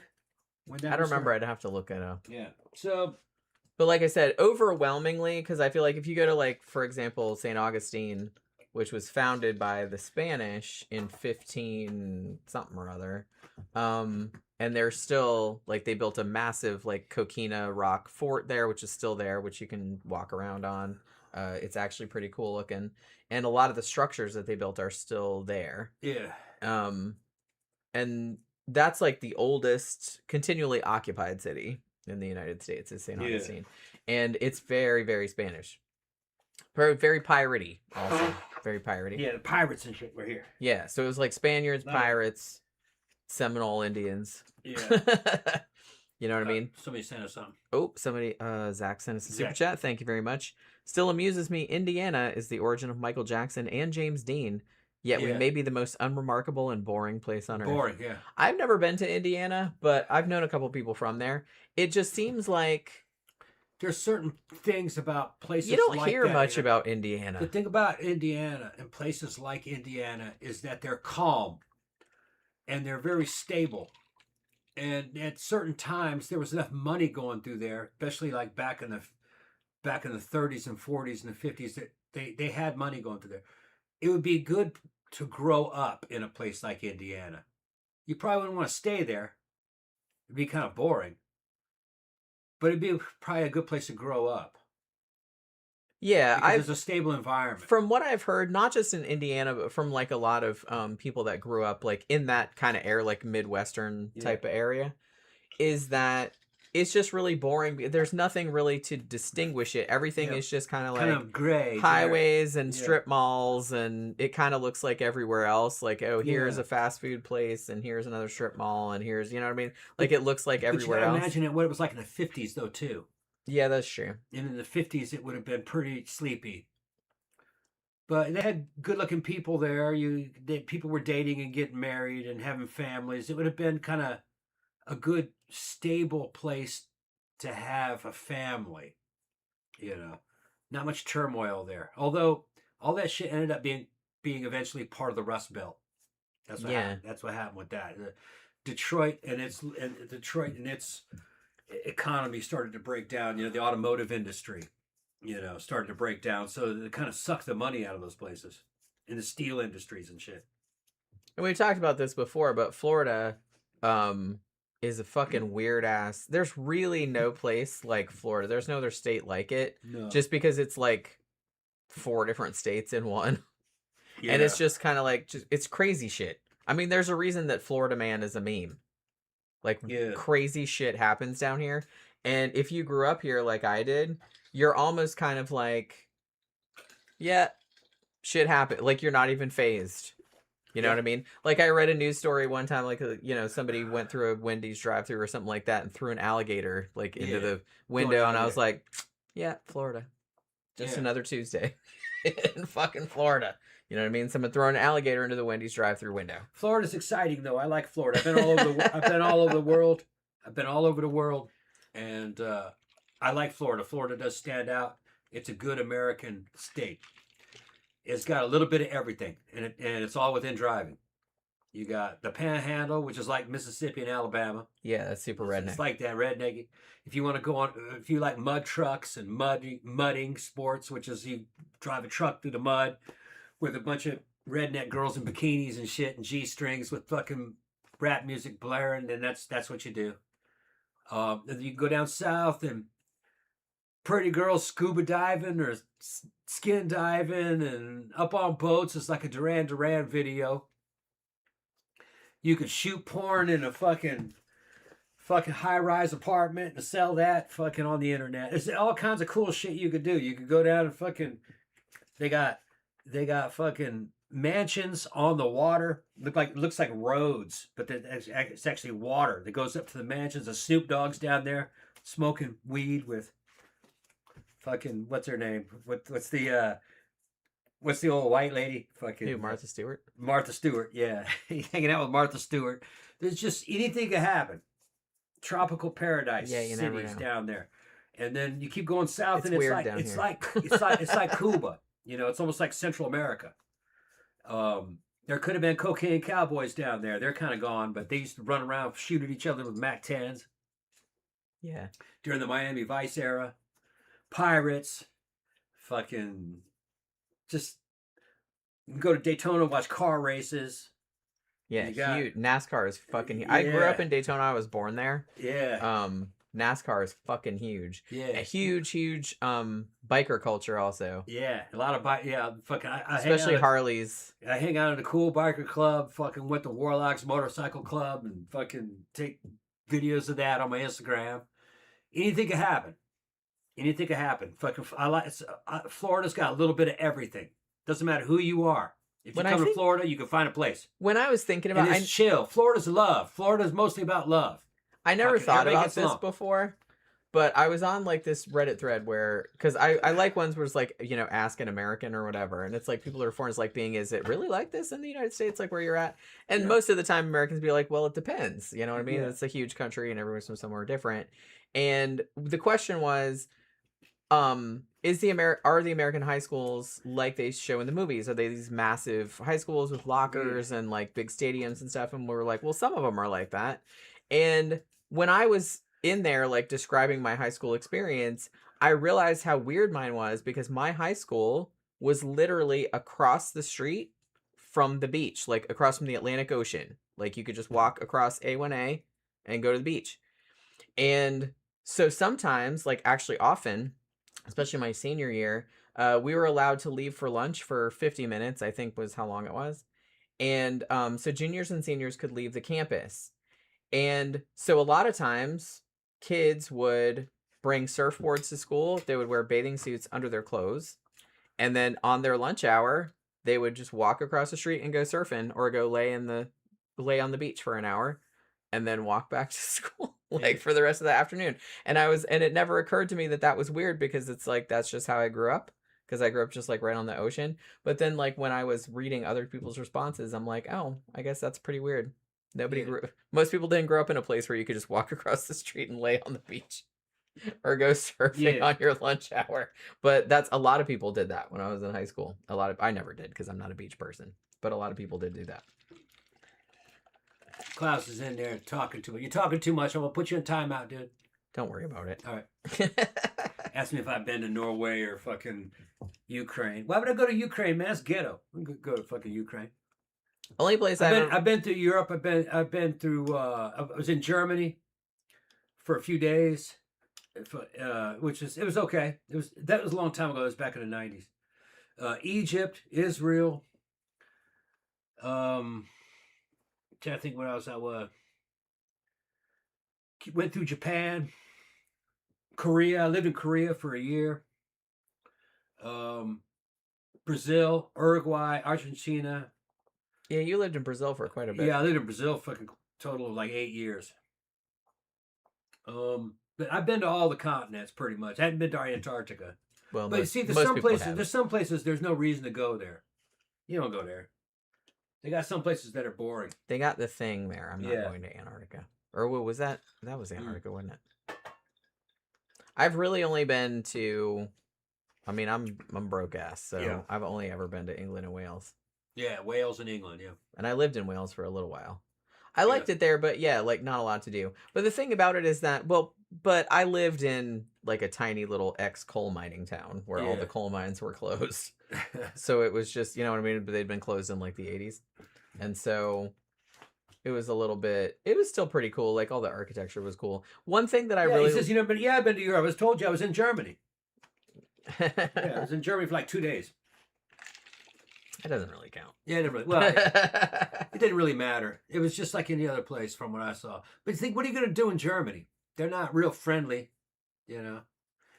They got shit to do. There's shit to do everywhere if you know how to look for it. Because I kind of feel like whenever I tell white people, it's just white people. It's just white people. White people are kind of generic, you know.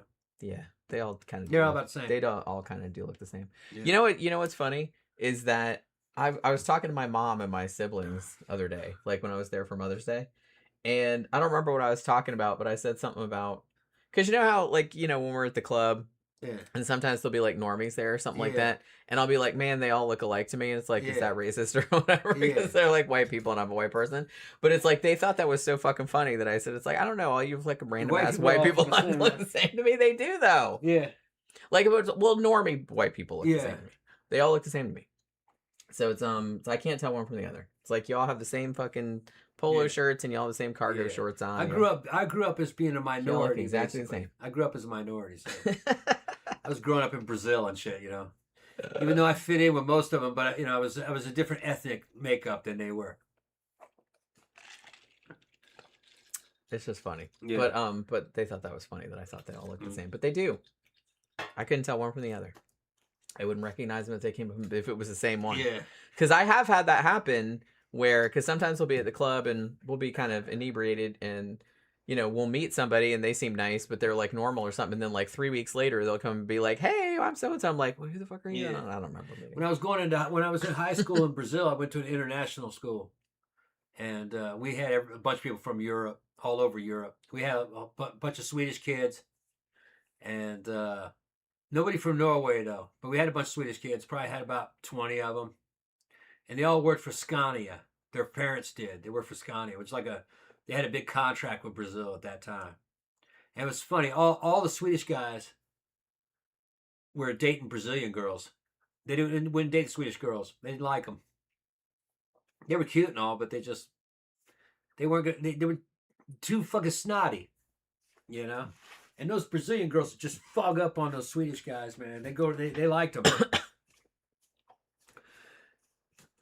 In high school, man, a South American, European girl can't compete with a Brazilian girl back in high school, man. A fucking a 16 or a 17-year-old Brazilian girl is kind of like a 25-year-old wet European or a fucking 25-year-old American girl. They're like way ahead. And they just got fucking badass social skills, man. Brazilians are fucking outgoing. Fucking a lot of fun, man. A lot of fun. Zach says, if I was to get into goth, I'd probably look like the love child of Sid Barrett and Stevie Nicks. But nothing wrong with that. Is a goth hippie a thing? Yes, there is. I don't know what they're calling that subculture nowadays. But it is absolutely a thing. Yeah. I don't know if it's as much a thing as it used to be, but it was definitely a thing at some stage. Scania was there making trucks, and Saab was there also, and they were making jets because the Brazilians used jet engines from Saab and some jet fighters that they were making because Brazil was made military equipment too, and they sold it. And America would buy a lot of stuff that the Brazilians made. Brazilians made a lot of armored vehicles and shit, and chemicals used in making gunpowder, tank ammunition, shit like that. But you had Scania and Saab involved in all that. CB says, last time I was in Germany was for a fetish festival. Interestingly, A Starry Night, the band that we're going to go see tomorrow night, who are from Miami, were just in Germany for Wave Gothic Treffen, like the big yearly Gothic festival they have there. Apparently they killed. They were in New York City too, but they were just in Germany probably like 2 or 3 weeks ago. Because I remember Michael messaging me when he got back, because I've been doing all their posters and stuff for all their upcoming shows, like including the one tomorrow. I think they did one. They might be playing Tampa tonight. I don't remember, but they're doing like 3 shows in Florida, and then they're doing some in. I just did a poster yesterday. They're doing a show in Charlotte, in North Carolina also. So they're kind of touring around. But we're excited to see them. Like, they were excited to see us. They're like, woo, we can hang out tomorrow. I was like, yeah, we'll see. We'll see if we get them to go to Trap afterward. They said they were going to go out afterward. They always say, but then they never show up. I think they get, like, distracted. They get distracted by girls. By girls. Yeah. You know what I mean? When they're here. And then, like, I'm just like, come on, it's literally like 5 minutes away. Like, let's all go dance. But they never do, though. Or they didn't last time. Because I think they also last time played on a Saturday night. I was like, oh, let's go to Barbarella. And they're like, yeah, we're coming. Like, and so a lot of the people from the show did go to Barbarella afterward, but they never showed up. They have done a few times, but they didn't last time. Klaus says he's going to buy Florida. What you going to do with it? Zach says, also, one of my friends turns out is a big Led Zeppelin fan, and he said they're basically metal music. Thoughts? I'm not I know a little bit about Led Zeppelin. I'm not a huge fan. I mean, you know, they're good and everything, but I don't know if I'd call it metal. Maybe proto-metal. But I can see why he's saying that. I don't think it's a crazy take or anything like that. To me, like, a lot of, and I don't know if this is a controversial statement or not, but it's just like a lot of the older metal, like especially from the 70s, especially considering what metal sounds like now, like back in the 70s, it really didn't seem like all that different than just regular ass rock music. I didn't even see how it was like a different, you know, with perspective, like later on, like, you know, because Tom likes a lot of like Judas Priest and Iron Maiden and stuff like that. So on my, I have a huge Spotify playlist that we always listen to when we're going to the club, and it mostly has, you know, post punk, you know, industrial, you know, dark wave, all that kind of stuff on it. But I put some Judas Priest and Iron Maiden and shit like that on there because he likes that. And whenever I hear that, it's like it doesn't really sound all that hard to me. So it's just like it's funny that what was considered metal and what was considered just like regular rock or hard rock, like it doesn't really sound that different to me. Especially considering, like I said, the fucking death metal and shit like that that came out later was like what's obviously different. Back then, it just didn't really sound that different to me.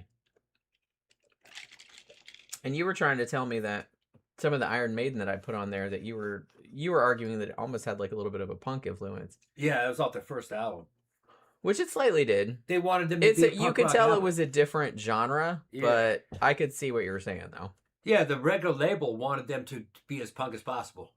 Yeah, because that's what was selling at the time. But I will note that a lot of, you know, music that they called punk back in the 70s is really not that hard, like considering. Yeah. Because honestly, they didn't even the shit they called hardcore, which didn't really come out until like the 80s, is a lot harder than punk music was in the 70s. Because a lot of that's kind of, you could play that for your grandma and she wouldn't like get offended. Klaus was talking about Accept. Accept was a good band. They were kind of like the German version. Kind of like German Judas Priest, kind of. It's kind of the same lineup. 2 guitarists, bass player, vocalist. His name was Udo Dirkensnyder. He's pretty good. Like Udo Kier. Yeah. Wild little fucker. And good writing. They actually had good writing. It was a good band. Udo was fucking funny looking little dude. Not stereotypical, you know. In those days, you had to have long hair. You had to be a fucking pretty boy. And he was a short, little, stocky, almost kind of fat little guy with a short, buzzed, blonde haircut. And but they were good. They were good.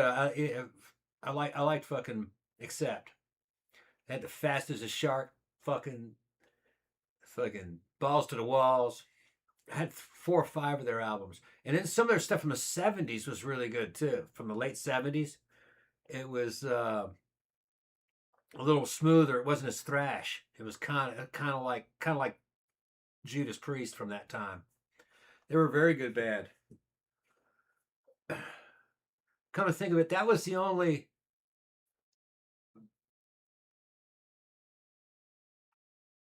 band I can think of back then that actually kind of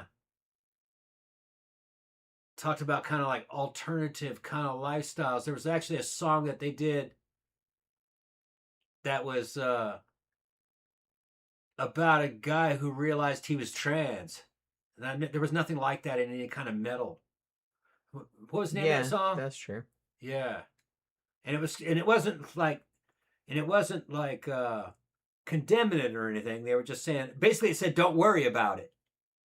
Which I thought that's quite progressive for them. Yeah, it was kind of progressive for the time. Which, like I said, it was the 80s, you know. Yeah, like you know, obviously there were songs like that, like you know, David Bowie, the Kinks, like stuff like that, like did songs like that. That was the first time we heard that. In metal, they were talking about that, which I thought that was kind of interesting. That is interesting. Yeah, like you don't know if you're a boy or a girl type of deal, and then fucking blah blah blah blah, and then all these people are attacking you, and you know, blah blah blah. And in the end, it was just kind of like, you know, life is just life, you know, don't worry about it. You know, it's just how that's it really is. Nice. I like that. Yeah. I'm gonna have to look that up now. Yeah. Oh, he might remember. Thoughts remember the name of that song. What was the name of that song? I got on this topic because Zach asked, I think when you were in the bathroom, that one of his friends turns out was a big Led Zeppelin fan, and he said they're basically metal, and he said thoughts about that. And I said I maybe proto metal, but I could get why somebody would say that. I don't know if I'd call them metal, but it's not crazy like to say that. I don't think. I gotta pee. No. Yeah. What do you think about that? What about what? You peeing? I don't think. About Led Zeppelin being metal. Led Zeppelin was appreciated by metal fans. I was in metal and I liked Led Zeppelin. It was It was metal adjacent. It had a big metal influence. Metal borrowed a lot from Led Zeppelin, but I would really call Led Zeppelin hard rock. Very hard rock. Some people might say acid rock, but I would say no. I had a lot of Led Zeppelin's albums. I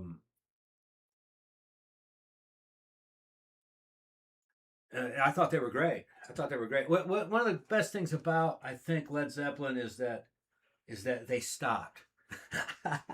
They didn't try to run that shit forever. Because it'd be hard to do a Led Zeppelin reunion tour as old as these guys are now. And they probably look like shit. But they just kind of knew when it was time to quit. And it kind of protected their image. The writing was real good. I remember just getting high as hell, fucking listening to like Misty Mountain Hop and fucking the Lemon song off of Led Zeppelin 2. And these were old bands when I was listening to them. You know, they were like 10 years old when I was listening to them. Yeah, that's even we're old, and that's even old, before I that shit was 10 years old. That was like dad's music. It's like shit your dad listened to.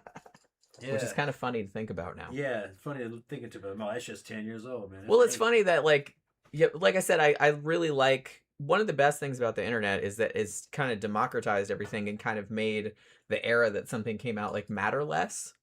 Yeah. Because I feel like Gen X, like our generation, was like the last one where that actually kind of mattered. Where you were still like, oh man, I don't want to listen to like my dad was listening to. I wasn't like that because I liked a lot of the music that my dad liked. You know, he was real into the Beatles and the Doors and stuff, and I liked that too. Like, I didn't think that was, but I could get why. But most people I knew were just kind of like, man, that's like dad music. You know what I mean? Yeah. Talking about garbage. Yeah, garbage. Fucking Shirley Manson and garbage. They're really good. When I get fucked up at the biker bar, I start playing garbage. And fucking Amy, the bartender, she loves it because she can't stand country music. I said, fuck this shit. I'm not talking. So I'll put on fucking Crush. Does anybody genuinely like country music? Yeah. Like new country, a lot of losers that fucking love that shit. I like old country. Yeah. Like, I'm talking like Johnny Cash, Hank Williams. I'm not even sure that's actually country anymore. I think that's Western music or something. Yeah, I like that, but it's like the new shit. Ugh. Yeah. Man, it's cringy. Garbage. Interestingly, me and Tom's song, because you know how every couple has one, is a garbage song. Mm-hmm. And it's a James Bond theme. The world is not enough. Yeah. We like it because it's a villain song. That's the villains talking about. We're just going to take all this and we're like, yeah, we're just going to be villains together. Yeah. Like, I don't know how that became our song, but we just kind of like agreed on it. We were jamming in the car and that shit came on and said, this is our song right here. World is not And I'm like, enough. fuck yeah, it is. Yeah. That's right. So every time it comes on, it's like, oh, our song is on. Even though it's basically like, hey, we're going to burn the whole world. That's from the bad guy's point of view. I know. I'm like, well, that's fitting, I guess. You know what's interesting is that, so we were at Barbarella last week, and it was the 80s night. And it was actually John, the guy that used to own Barbarella when it was downtown, and he DJ'd half the night, and then our friend Rob DJ'd half the night too. Like, they kind of switched off. And man, the music was just, they killed it. It was just kind of like, man, I danced my ass off like all night long. And a couple times during the night, like Tom would go and be like, man, you should play this right now, or you should play that right now. And he's like, yeah, man, that's a good idea. And at the end of the night when we were leaving, like we shut the place down. And one of the things that John said that I thought was really interesting, he's like, man, I never know what you guys are going to request. Like, you guys are just always like all over the place. No, because I like you guys. You guys like varied tastes. Yeah. Yeah. He associates us a lot with the goth crowd. Yeah. But he doesn't realize that we like music outside that. He didn't realize. I like a lot of shit outside of that. Yeah. Like, that's my main thing. Like, but actually, if you put a gun to my head and said, what's your favorite genre? I would say post-punk, even though that's really kind of an umbrella term. But that's the shit that I like from that era. Like, I like post-punk, I like goth rock, but I like so much other stuff too. Like, a lot of it's associated with that. But shit, like I said, my Spotify playlist has like mostly that, but it has like some old metal on there. It has disco 90s. Got 90s like indie rock was really fucking good. Like I said, I got Olivia Newton-John on there. Yeah. I got fucking some shit from musicals. I got the Bee Gees on there. Yeah. I got like all kind of shit. You know what I mean? It's just shit that's fun or shit that we like. Tom has recently got into, well, you a while back, you got into Strawberry Switchblade. Yeah, Strawberry Switchblade, and he just recently, I can't believe you had never heard of Lena Lovitch. Never heard of Lena Lovitch. I saw her live in New York probably 2008, 2009. So she was like an older lady then. But we kind of, I don't even remember how we came across it. Like I was just on you YouTube. were just on YouTube and you were kind of, and I was like, oh yeah, Lena Lovitch. I was like, who the fuck is this? And I go, man, that's really good. It sounded a little bit like Nina Hagen. Cross between Nina Hagen and Susie. I saw Nina Hagen from Susie and the Banshees. And I was like, this is really good. And then it said Lena Lovitch. Just, I know the name. So I was able to click and I go, okay, yeah. But in those days, you had to know who that was. Yeah. To request it or to find it. I'd heard of her, but I didn't hear any of her stuff. Yeah, she kicks ass. I like her. Really good. Yeah, I was impressed. So I'm going through her back catalog. Yeah, so we were at the club and like we went up. Lucky Number. Because that's how I knew of her, because back in the 80s on 120 Minutes they would play Lucky Number. Yeah, Lucky Number was quite a bit, and so I had heard that. Birdsong. And I heard a couple. Birdsong's probably my favorite of hers. There's a lot of good shit. But and her cover of I Think We're Alone Now. Which Tiffany covered later. Tony James and the Shondells. Yeah, that was the original. But then I was kind of wondering. I was like, oh, I wonder if Tiffany knew like the Lena Lovitch cover, or like or whoever her handler was that asked her to listen cover to it. I thought, man, this reminds me so much of Nina Hagen.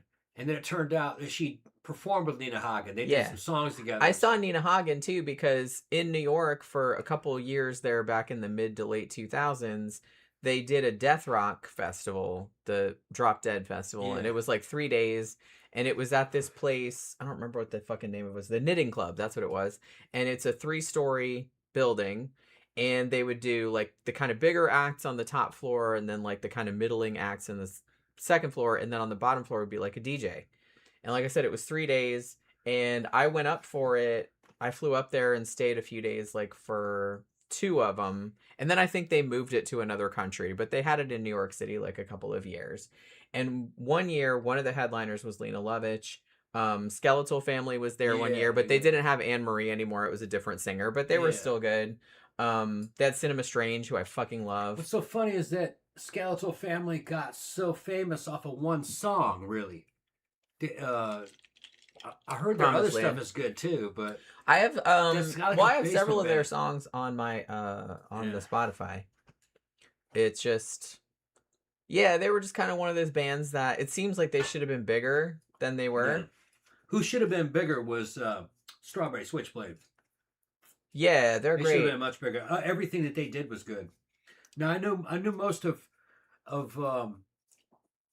Rose McDowell's work. I knew most of her work from like Current 93. Yeah, because she worked with them a lot. Like that kind of like Death in June, like that kind of like neo folk. The neo folk scene. She was in on that, but I knew a couple of the Strawberry Switchblade songs, but I didn't realize that every song they did was good. Great. I think the first song I heard of theirs was a long time ago, and it was their Jolene cover. Yeah, because they used to play that in goth clubs back in the day.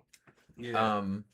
But their whole catalog is actually really good. Yeah. They're not the thing about them that maybe made it so they didn't get as big as maybe some other bands did is that they're not really dark enough to be goth, but they're like too weird to be pop.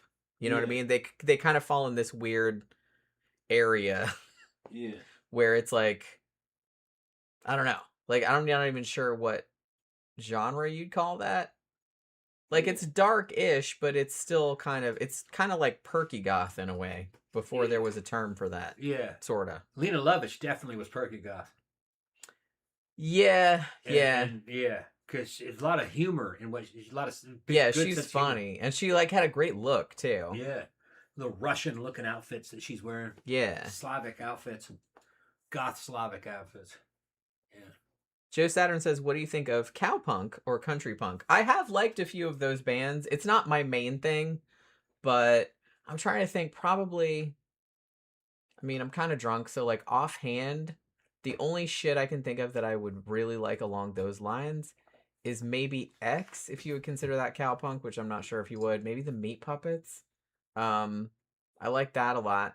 But it's, I don't know. Like I said, I like a lot of old country. I like rockabilly. But I don't know. Usually I'm not a big country girl, so it takes a lot. But I do like some of that stuff. Weirdly enough, and this is kind of a random tangent, but I'm really into, I really like Bauhaus. And the bass player, David J., who was also in Love and Rockets, he did a bunch of solo albums. And some of his earlier solo albums were almost kind of, I don't even know what genre I'd call it. It was almost kind of like a weird cabaret style kind of thing, but not quite. But then he did an album in like the mid 2000s that was almost country. Almost, but not quite. Like almost like alt country. But it was so fucking good. Man, I listened to that album like so many fucking times. What the hell was the name of that album? I'll think of it like in a little bit. But man, the lyrics on it were so good. I feel like David J. didn't really get much recognition for like his part in Bauhaus because he wrote a lot of those songs. Like he wrote Spirit and a bunch of the other good ones. Because I don't think Peter Murphy wrote most of those lyrics. Well, he did write some of them. I'm not gonna say that, but David J. wrote a lot of them too, and his lyrics are so good. Like he's not the strongest singer, but like he has like a really distinctive voice that I really like. I saw him live by himself, like solo, at this tiny, tiny little place in Orlando, like back in 2004, I think it was. And man, he was fucking fantastic. He was so jacked that a bunch of people came and they knew all his solo shit. Like they weren't just asking him to play Love and Rocket songs. I think he expected, oh, I'm gonna go to this dinky little place in Florida and they're all gonna be like, play Ball of Confusion or like play No New Tale to Tell or So Alive or whatever. And nobody did. Like he played all his solo shit and everybody knew it and he was just like so happy.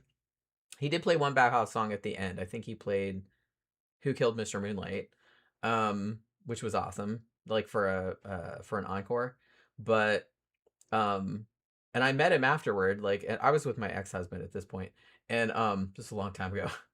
And I met him afterward, and he was super, super nice. Like I said, I think he was like really fucking jacked that the people like came to see his solo show and actually like knew all of his solo songs. And I was like, yeah, man, I've got like all your fucking albums. I've got all the solo albums. I like his solo shit better than Daniel Ash's solo stuff. Daniel Ash's solo stuff is good too, but it's less David J stuff is more distinctive. It's weirder. Like, and I'm kind of more into that. And he seems like a nice dude. Daniel Ash always kind of, I don't know. I didn't meet Daniel Ash. I've seen him live too, like solo, and he always seemed like a little bit of a jerk, like, or maybe not a jerk, but like kind of a diva. But the thing about it is that I think Peter Murphy, out of all of those guys in Bauhaus, was like the way bigger diva. And I think that maybe that was one of the things that contributed to their breakup after 5 years, because Daniel Ash and Peter Murphy couldn't be in the same room together because they were both divas. Or that's my headcanon anyway. You know what I mean? Didn't you say that you saw a picture of Peter Murphy the other day and he's unrecognizable? Yeah. The last time I saw a picture of him from 4 or 5 years ago. Like, he still looked all right. He looks like an old man, obviously, but and he's got like a little gray beard and he's bald now. But he still looked okay. It wasn't like hugely fat. He's not fat or anything. It's just no, he's not fat. But you can't recognize him. I'd never know that was him. I mean, considering what he used to look like, holy crap. Yeah. He was like the most beautiful man on earth. Yeah, he doesn't look like that anymore at all. Back in the late 70s and early 80s, I used to fucking drool over that motherfucker. He looks like a random old dude. Well, yeah. Age comes for us all, unfortunately. Well, also abuse. He abused a lot of shit. Drug abuse fucked him up. Yeah. What is this meth doing in my car? It's not mine. Yeah. That's not my meth. Yeah. It's like, they've heard that before. Yeah. I don't know how that meth got there. I was like, you know what I mean? I pick on Peter Murphy. I really did. A lot of his solo shit was really good. I haven't heard he has a new album out, new-ish. I think it came out a few months ago. What the fuck's it called? Silver something. And I was like, I've been meaning to go listen to it, but I'm like almost kind of afraid to. Because he did one a few years back. Like, his solo shit is actually really good. His first solo album came out in '86. And that one was, it's a little amateurish, but it's actually really good. There's a lot of good songs on it. And then in '88, he did Love Hysteria, which is fantastic. That's a great album. And then in 1990, he did Deep, which was fucking amazing. And that was like a huge hit. Like, they still play Cuts You Up at the club pretty much every week. Like, they either play Cuts You Up or All Night Long, which was on Love Hysteria. And then he did Holy Smoke in 1992. That was hit or miss, but there was a lot of good songs on it. Then he did Cascade in 1995, which was excellent. That was really good. And then after that, he did Dust, which was kind of like a Middle Eastern, because he lives in Turkey. His wife is Turkish. And that one took me a while to like catch the wave of it, because it wasn't like his usual stuff. But it kind of grew on me, because it's kind of what they used to call world music, you know what I mean? So it was like that. And then like a year or two later, he did one called Unshattered, and it was very, very obvious that he had hired some producers or whatever to make it sound as commercial as possible. And I think I read, and please correct me if I'm wrong, if anybody knows, but I think he had hired like a mainstream, like I think that had worked like with John Mellencamp like back in the day. And so he was trying to make like a mainstream album, and it just didn't work. Like, I just kind of feel like he can't. I get he wanted to be bigger. And I think he was always kind of upset. I don't know the guy obviously, but it just always seemed to me that he was upset that he was never as big as Bowie, because Bowie was his hero. Who, and Peter Murphy. Yeah. And I always kind of feel like he was always kind of chasing that. I mean, when Deep came out in 1990 and it was like a big hit, at least like on the alternative scene, like it sold a lot of albums. And I think he thought, oh, he's on the way up and he's going to be as big as Bowie now. And it just didn't happen. And I think he was like always kind of resentful or upset about that. And so he was always kind of like chasing maybe commercial success, or he's like, I'm getting older now, and it's like now I have to like put out this commercial album, but it just really wasn't good. I think there was maybe one good song on that album. And I think his problem was that nobody could really work with him. It was too difficult to work with. He was a dick. Yeah, I mean, from everything that I've heard, like I've seen a lot of interviews with him where he comes across as quite articulate. And he seems like a nice guy, but from everything that I've heard from people that have worked with him, they said he's kind of like an arrogant douche, maybe. Yeah. Who's kind of up himself, as the British say. Yeah, and evidently Bowie wasn't like that. He was actually real friendly, but he just Bowie never struck me as arrogant. Bowie always struck me as like actually quite humble. Well, probably in a way, probably depending on who you were. I mean, he probably didn't suffer fools either. Well, he never came across as like cocky or arrogant or, I mean, and I've seen tons of shit about like documentaries and interviews and stuff with Bowie, and he never came across like that. Yeah. He always came across as like pretty soft spoken and like he always knew what he was talking about, but he was just on his own wavelength. Yeah. I think he controlled who was around him. And he made sure that he was difficult to access, and he traveled around a lot by himself, kind of incognito. Yeah, you wouldn't know that was a celebrity. It was just him, being skirking around in the shadows, trying to live a normal life, traveling, going to other countries where people didn't know him, that kind of stuff. Yeah, he really liked to immerse himself in. Yeah. Like he'd run off to fucking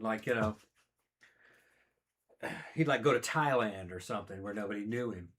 And they just like hang out for like a few months. People, and nobody knew who he was, so he could just be like a normal person. So he could get away from fame, which I think that kind of helped to keep his ground. As Bowie was probably the best of the rock stars. You're not really going to be able to top that. He's like the quintessential. Yeah, and he was a man of his place and time, though. That couldn't happen again. No. Rock stars are not as cool as they were. Because media has changed. Now there's the internet. So you have fucking people on YouTube that are considered to be very cool. That didn't exist in Bowie's time. Not us, actually, but... that didn't exist in Bowie's time. Well, I mean, the thing about it was that the culture has changed so much that, I mean, when Bowie came out, it was like really groundbreaking. Like he was doing shit that nobody had really done before. It was just like this whole, I mean, it wasn't just him. It was just kind of like a whole thing. Rock stars in themselves were kind of the social media of their day. Getting an album, you'd sit there and listen to the whole album, put the headphones on, look at the record albums and fucking trip out and go into another world because you were limited in what you had in terms of imagery. And because television fucking sucked. It was kind of nice. It was a lot less stressful. Yeah, it was less stressful. I wouldn't trade it. Your imagination took over. You didn't. But I could understand how people would get, because now it's just like sensory overload. There's just like so much stuff coming at you all the time. The era of the rock stars kind of gone. That's the rock stars that we have are still out there. They're old now. They're still rock stars though. Fucking, Judas Priest doing very well. I'd call fucking what's his name a rock star. Oh shit, man, I'm fucking drunk. I can't remember. Rob Halford. I call Rob Halford a rock star. But he was from another time, kind of like Tom Cruise. That's a movie star, but he's from another time. They aren't making any more of those. Well, like I said, the culture has completely changed. Right. And we've had this discussion before, like me and you, because I'm just like, look, my favorite era of music. I like music from all eras, really, but it's just, and there's good shit nowadays too. But my favorite era was the post-punk era. And I kind of feel like that could never happen again because there were so many cultural factors that had to be in place for that to have taken place the way it did. And because we don't really have the same limitations or the same taboos or the same, because back then it was like a lot easier to like shock people, or it's just like you didn't really have to do that much to like be shocking or be edgy or out, you know what I mean? Because a lot of society was just so square. We're gonna hang out with Starry Night tomorrow, and in another era, those guys would have been pretty famous rock stars. They're well known though. They do. Yeah, they get invited to like I said, they get invited in Germany, Europe. They're fucking. Yeah, they fucking love them. They Germany. Fucking love them there. They're just dudes from Miami. We know, yeah. Dudes we know from Miami. Yeah, we found them on YouTube like years and years ago. Before nobody even knew them. I helped them get signed to their first fucking label through a friend of ours, and fucking because Imani was like, "Who's the best Florida band?" And that's the Starry Night. She went out and signed them.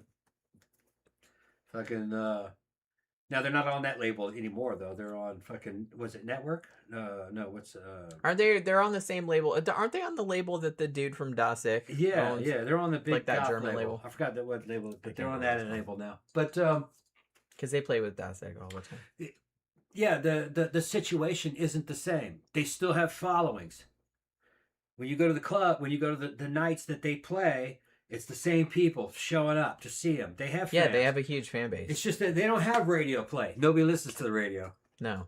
Fucking everything's on YouTube. Yeah, it's all just really compartmentalized. It's all compartment. So I think that's another reason why like the whole punk and post-punk explosion, which is my favorite era of music, I don't think that would ever happen again, just because there were so many doors to be busted open. There was so much experimentation to be done. It's all been done. And the mainstream was so small too. It was very narrow. Like I said, it was very easy to like go outside of that because not much had been done. It wasn't really that exciting. It's just a totally different world. So it's like, oh, we could do this or we could do that. And it was just like, holy crap, we've never seen that before. But it's like, it's all been done. They did it. So now kind of all you can do is kind of look back, and I'm not disparaging. It's like, people can't help when they're born, right? So it's like, there's a lot of really good new goth bands going now, like so many that we don't know them all. In Tampa every year they have a 3-day goth rock festival, and it's like a couple dozen bands called Absolution.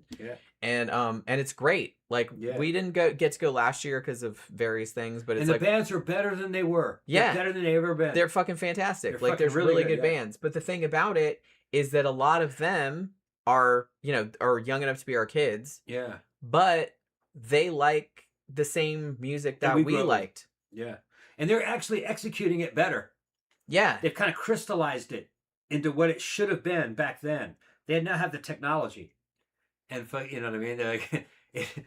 you don't need to do any of this shit in a studio. You can do it all at home now on a fucking laptop. Yeah, it's just it's really democratized. Like I said, and I work on it a lot longer. And I've said it's like it's kind of a double-edged sword because it's like, yeah, it's easier for everyone to access it, which was kind of what punk rock was trying to do.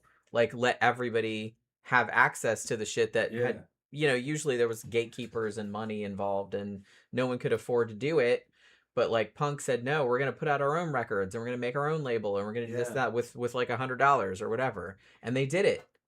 And now it's like super easy. Like anybody that has a laptop or even a phone can like make fucking movies. You know what I mean? Yeah. That's unheard of. But because everybody can do it, it's a lot harder to get noticed because everyone's doing it. Yeah. But the thing in the day, there was only like 4 or 5 television stations. Right. If you showed up on one of those television stations just for a spot on David Letterman, you are now a multi-millionaire. Well, yeah, because everybody saw you. Millions of people saw you. Yeah, everybody saw you. Like now, like I said, there's bands like A Starry Night that have like lots and lots of fans, but it's like most of the average person on the street wouldn't know who they were because it's just kind of like, you know, they're just, you're not on TV or radio or anything like that. It's just kind of like. But they have bands out now that fucking would have blown Duran away in terms of sound, or you know, fucking Depeche Mode. It's just that they're new though, and they're not fighting in the same environment as they used to. Yeah. So I would argue it's easier and it's harder. It's easier to get. It's easier and harder because there aren't any gatekeepers. So you can get your shit out there. It's just that nobody will notice it. Yeah, because there's so much other shit. There's so much other shit. And a lot of it sucks, to be honest. A lot of it sucks. So they got to get through all that sucky shit to see the good stuff. Man, what's that fucking one band that I fucking love? I met him at Absolution, bought a shirt. Corinthian. What's that? Corinthian. Corinthian, yeah. Corinthian is the ultimate fucking 80s band. 80s dark wave band. But if you didn't know, you would think that was an 80s synth pop band. You think that was an 80s dark wave synth pop band. It's not. It's a new band. It's young guys. They're not. They're like kids. They're like kids, yeah. It's crazy. And I'd heard them on a compilation over and over again of a new retro wave compilation. And they started playing a song. And afterwards I says, dude, man, I've been looking for you guys. I didn't know who it was. I heard it on a compilation and fucking bought a shirt from him and everything, but they were super nice. They're super nice, yeah. We didn't know that was them. We didn't know it was them, and we were just like at the bar at the Absolution Fest, and this band started playing the song. And Tom's like, "I know that song. I know that song. Yeah. I didn't know that was those guys. I'm looking for that band. Holy shit, that was you guys." And I met Morgie. Morgie's the lead singer, and he's kind of a long blonde hair, kind of. You would think he was kind of trans. He's not though. He's just like it was back in the day, kind of, you know, ambiguous sexuality, but motherfucker, just like the 80s. But like the 80s, but the dude's a slayer, man. These guys are slayers. The girls fucking love him. And yeah, I could see that. Yeah, Morgie, look up Corinthian. Korine.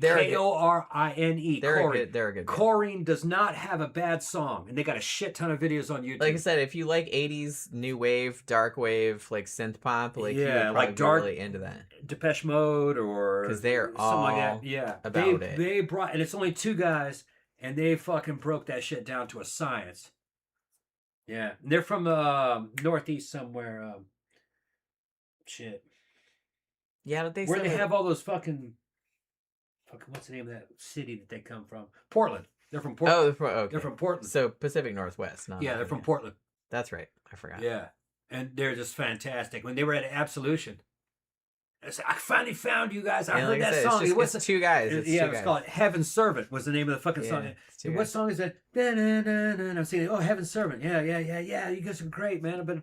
I've been hearing your music. I didn't know you were on compilation, so I didn't know what the name of the band was. Yeah, so I happened to find those guys, and I bought a fucking shirt from them. Because there's a channel like called New Retro Wave. Yeah, and it's just kind of these cool like retro like vaporwave kind of visuals, and like just a bunch of songs, and it doesn't really tell you like what the songs doesn't tell you who the artist was. So it doesn't tell you who the artist was. Yeah. So it's like we just saw them live, and like he recognized the song immediately because he heard that compilation. Out of the new bands.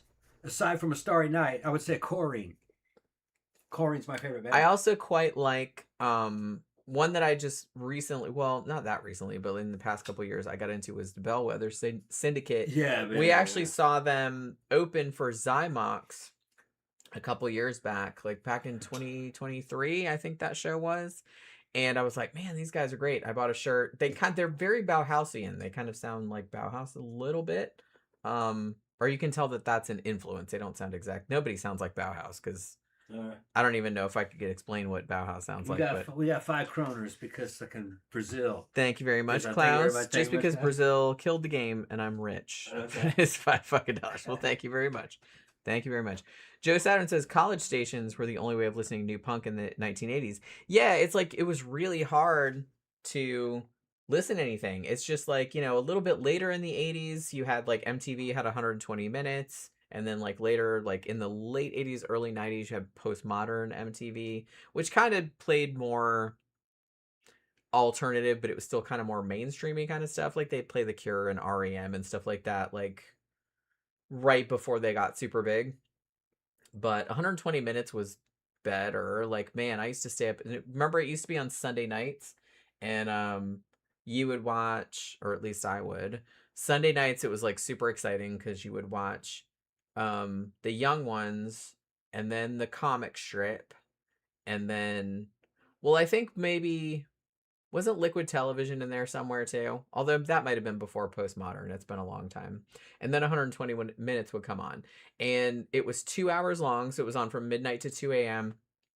And sometimes they would play shit. I think that that was kind of what soured me on the whole shit because after, you know, in the early 90s, and I distinctly remember when this happened, when Nirvana Smells Like Teen Spirit hit. Which is crazy because I heard it on 120 minutes and I was like, wow, that's a pretty cool song. And then like I think it was like literally the next day it fucking exploded. And I even had the album before that because I had a friend named Dave that like taped it for me and he's like, hey man, this is pretty good. And I was like, yeah, cool. Like I'd heard of Nirvana, like they had an album before that called Bleach. And I didn't have it, but I was like, yeah, I've heard of these guys, whatever. And like I listened to it and I was like, yeah, that's pretty cool. And then like I think it was like literally the next day, like that song like fucking exploded. And then so it wasn't just that, like the whole alternative music thing just fucking everywhere. And it was just everywhere all of a sudden. And so after that happened, you know, 120 minutes, whereas before it would have played like really weird shit, like kind of pretty underground shit.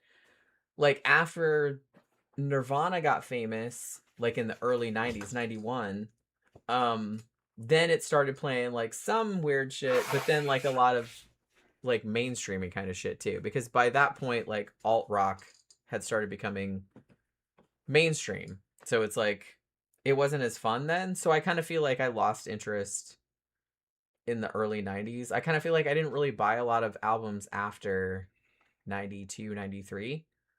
There was still good shit coming out. It's just that you couldn't really get it. But that was really the only way to hear it. Like grew up in Daytona Beach. We didn't have a college station, but we did have a radio show. Like there was an AM station. I can't remember what it was, but I can't remember what night it was. Was it Friday night or Saturday night? One night in the like one weekend night, like they would give a DJ like 3 or 4 hours and he played like alternative music.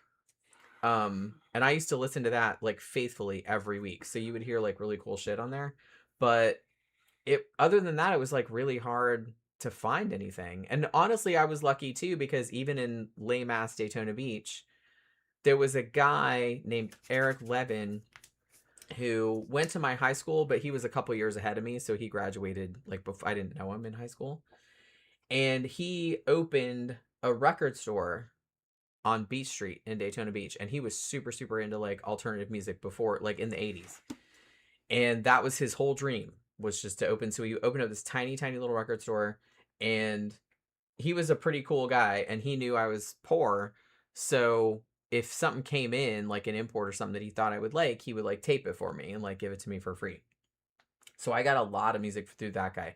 And there's another shop there. It might still be there. I haven't been to Daytona in a long time, but it's called Atlantic Sounds.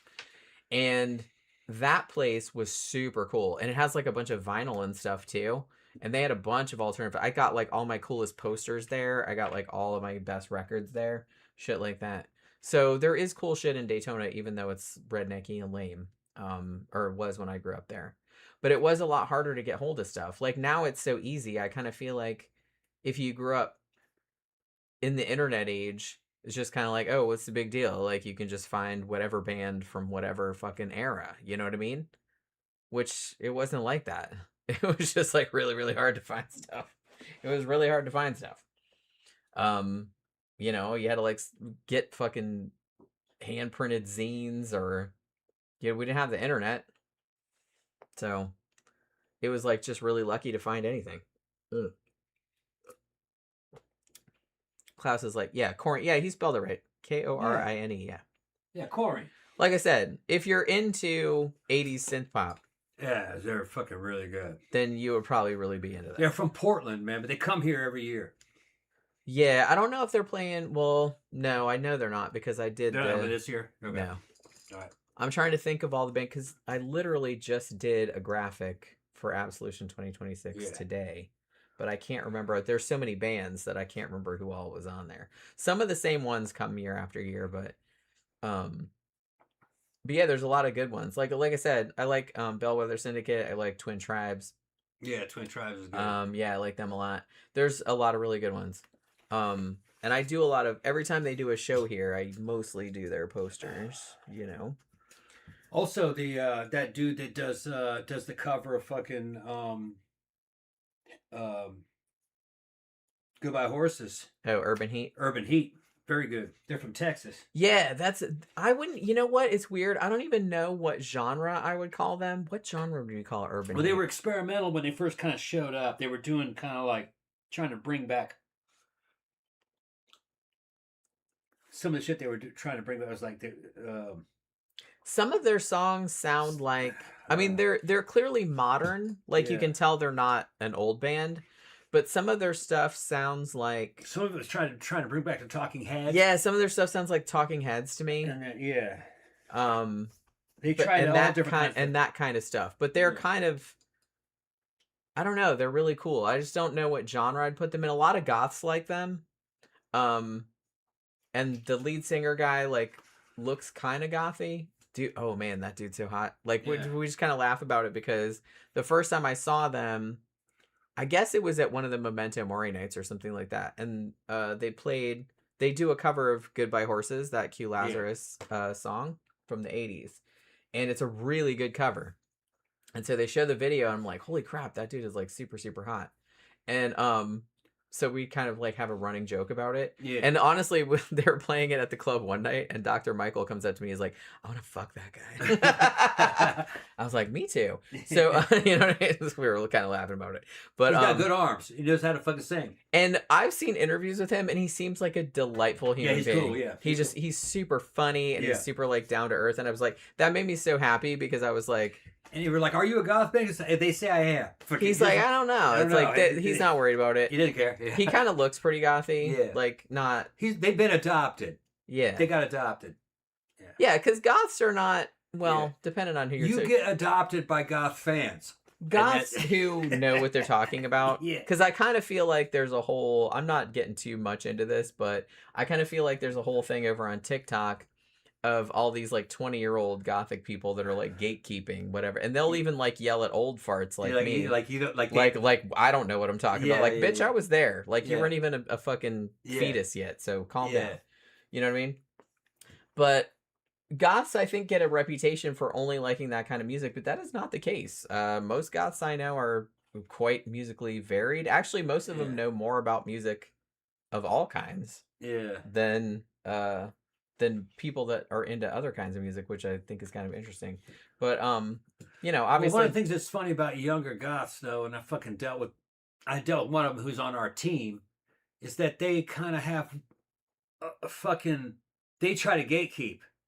Yeah. They're trying to I don't know if it's because they're insecure because they're young and it's like they know they weren't there for it. And I'm like, wait so they're trying to be like super stringent. Yeah, like, you don't understand. I'm like, maybe don't worry about it. It was always kind of random. It's very ramshackle. Yeah, it was we were there. It was always there were people that were goth that you wouldn't consider goth back then. but they were goth. We just didn't really worry about it. Yeah, because it wasn't as strict as they think it was. Now, some people were snotty. Like, the whole goth talk thing that was SNL. Yeah, there is some truth to that. Yeah. Which is hence why we thought it was funny. But it's exaggerated. Most of the music that we listened to, even back then in the 90s, even late 80s, I didn't really hear the term goth until the early 90s. Late 80s, we didn't have that term goth. I heard it in the late 80s, but I kind of feel like you didn't really hear it in the 80s. I feel like it hadn't really been talking about. Yeah, I feel like it really hadn't been codified. We didn't really have a word for it. But yeah, shit, I forgot where I was going with that. We didn't. A lot of the music that we were listening to wasn't made specifically for us. We adopted it. Yeah. We liked that music, so we made it goth. Yeah. It's not like it was made goth. It was goth by association. It was, yeah. It wasn't like it was made for gothic people. Some of the bands were, but a lot of times goth bands weren't that good. Well, I think if you're a goth band or you're trying too hard, goths don't really like tryhards. The first gothic band that I remember that was pretty good, that was made as a gothic band, was Christian Death, when it had Roz Williams. Yeah. Christian Death are great. Yeah. Now, Valor took over later because that band split into two. I didn't like Valor as much back then. I saw Christian Death in the Valor era. It was all right. It's okay. I liked Roz Williams a little bit better. Well, yeah, Roz Williams. Those were gothic bands from the ground up. But a lot of the other stuff we were listening to, we just adopted it. Yeah. Like Bauhaus and Sisters of Mercy, they existed before the term goth. I thought when I first started listening to Sisters of Mercy, First, Last, and Always album, I thought it was death rock. That's what we call it. That's kind of what they used to call it back in the early 80s. Even though death rock now is its own distinct subgenre. Yeah. And I would identify those. It's similar, but goth rock and death rock are two different things. Later on, I called it goth. But we didn't have that word at the time. We weren't using that term. Same thing with Bauhaus. When I first started listening to Bauhaus, I didn't call it gothic. I didn't have a concept of that. I called it more like art music, artistic music. I would argue, even though a lot of people would say that Bauhaus are like the quintessential goth band, they're unclassifiable. Yeah, I just called it artistic as an art band. Because their shit was all over the place. Some of the shit was fucking ska. Some of it was reggae. Dark reggae. Like that one album, their album that they did that came out in '82, which is called Mask. Every single one of those songs is like a different genre. Yeah. But it all like fucking Kick in the Eye, that's funk. But it was all very dark and kind of sinister sounding. Yeah, but it all worked together because there was four of them. They all liked different kinds of music, and they were all kind of experimenting with different shit, and it worked somehow. It became retroactively goth. Yeah, and because of Bela Lugosi's dead, probably. Yeah, and I knew that. I'm talking from the viewpoint of fucking the very late 80s, like 89, 88, 89. I knew about Susie. I kind of thought that was kind of like new wave punk music. Now I would call it goth, but we didn't really have that terminology then. We weren't really using that. I thought it was kind of a punk new wave. That was we didn't really have a way to describe it. And like I said, I think that's the reason that I like that whole post-punk era, because it's like no one was really worried about labeling anything. Everyone was just kind of doing their own thing, and everybody's like, yeah, that's cool. They didn't really care if it's like, oh, that sounds too much like this or not enough like that or whatever. They were just kind of doing whatever they wanted to do, and it either worked or it didn't work. Like I said, Bauhaus are considered a goth band, but I mean, they're very influenced by, I would argue that they were influenced more by Bowie and by glam. Yeah. I would call them dark glam more than anything. They were really into T-Rex and that kind of stuff. Oh, Gramper's here. What's up, Gramper's? He's asking if fucking Korn is goth. No, that'd be new metal. I think kind of like new metal. Yeah, that's really not. They're good. That doesn't really sound like anything. They're good, but I would listen to. Yeah, to be honest with you. Which, like I said, it's almost kind of that's almost getting into. I don't really know a lot of Korn music. I've heard it, but it's not really my thing. And I kind of feel like they fall along that same spectrum as like Marilyn Manson. And Marilyn Manson got kind of lumped in with goth, even though that's absolutely not goth music. Yeah. Although it was played at goth clubs, his covers were. It was. The covers were. The covers were. Sweet Dreams. Yeah, but that's still that is legit because you know a lot of goths like 80s music. Yeah. And you know that's an 80s song, like you know that's Eurythmics. We like. They played "Beautiful People." In Boston. I'm not a huge fan of that song, but okay. It's a Dope Show. David J did a great cover of Dope Show. Yeah, he did. I fucking love it. Yeah. I like it better than the original. It's weird, but I'm kind of into it. Like, it's kind of... One of the things that Manson did in those days is that he did help develop the male aesthetic look for some of the goth fashion. He did do some of that. I'm not sure if he invented it. No. Because I think he got a lot of that from other bands that were... that was one of the issues that a lot of people that were... A lot of that came, I think, from Alien Sex Fiend. Yeah, like, I think that's the issue that a lot of goths had with him, because I don't know if you guys know, but when Marilyn Manson first came out, like, a lot of goths hated that shit. They were just like, couldn't stand shit. You know what I mean? It's like, this is not good. We got so much flack over that. Yeah, and we did. And it was like, look, we don't even listen to that shit, okay? It's like, that's not what we listen to.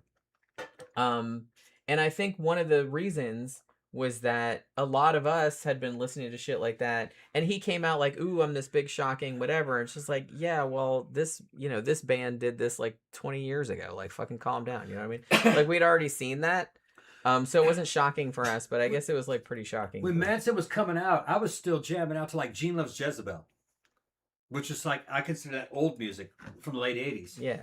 During that time, just Gene Loves Jezebel were a good band, man. Yeah, which is a Welsh band. Yeah, they're yeah, and I met one of the twins. Yeah, we saw back. Yeah, because it was twin brothers, you know. Yeah, and they split up, and they each have their own version of Gene Loves Jezebel. It's like it's Jay's version or like the other guy, and at Will's Pub we saw one of the iterations of Gene Loves Jezebel, and they were great. Yeah, they were great. And I was bald by then, and I was already jacked, and he was sitting there by himself up against the wall. I knew he was coming on late. I knew who he was. And I went up and just said, look, man, I just wanted to thank you. And he was like scared of me. Because I didn't look like I guess I didn't look like what he thought what his fans would be. And I just said, look, man, I just wanted to thank you for the albums that you and your brother made, man. Back during fucking the Discover era and fucking I love that album, and everything. Actually. I feel like I grew up with you. Fucking, and he's like, oh really? Thank you. He was like, oh really?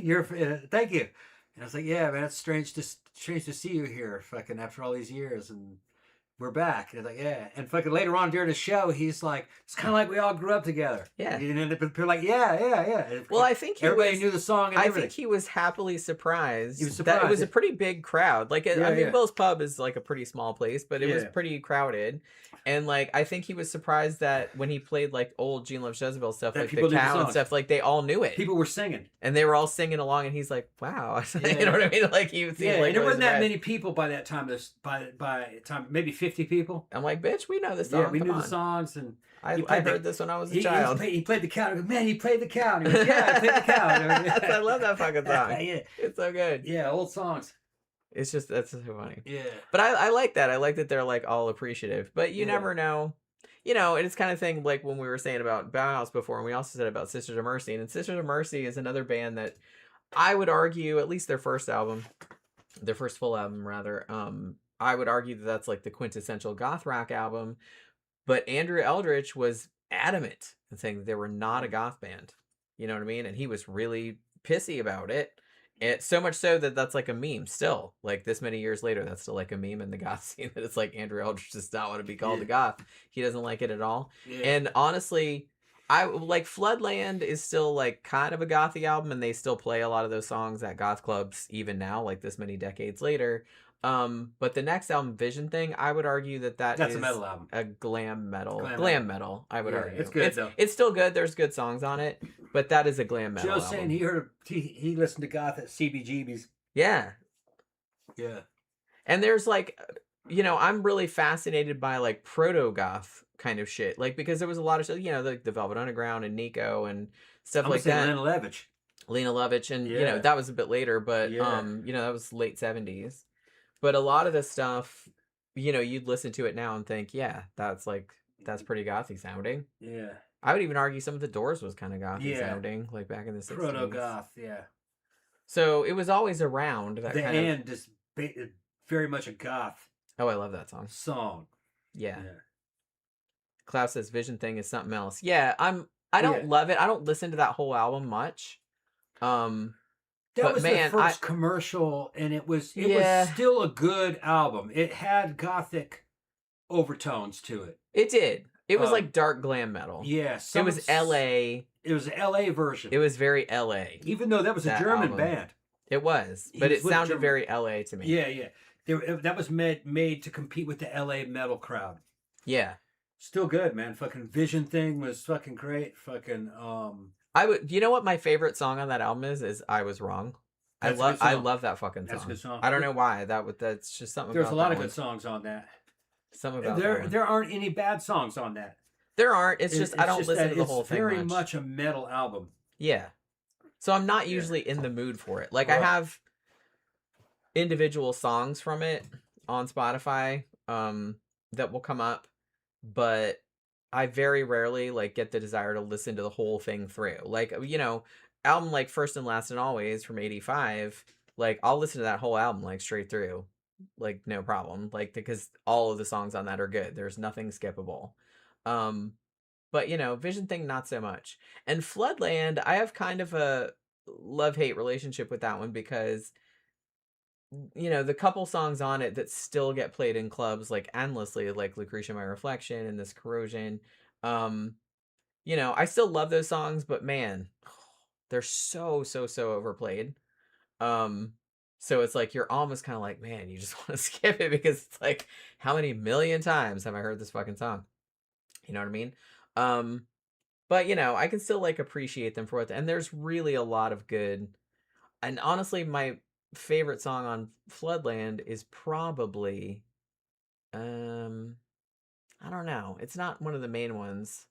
Flood is good. I feel 1959 is good. I like their slower shit. You know what I mean? But they were a great band, but they were just one of those bands that consistently get lumped in with. And I've seen Sisters of Mercy live probably more than any other band now that I'm thinking about it. I've seen them live maybe 6 or 7 times. You know what I mean? Because I used to see them every time they came through Orlando, and they used to come through every couple years. I will say that, they sound good live, but it's not much to look at because the joke is, and they still do this every fucking time they tour, is that they're up there on the stage playing the songs or whatever, and then it's just dry ice and it's just smoke. So you can't really see anything. You know what I mean? And it's at this point, I think they're just trolling everyone.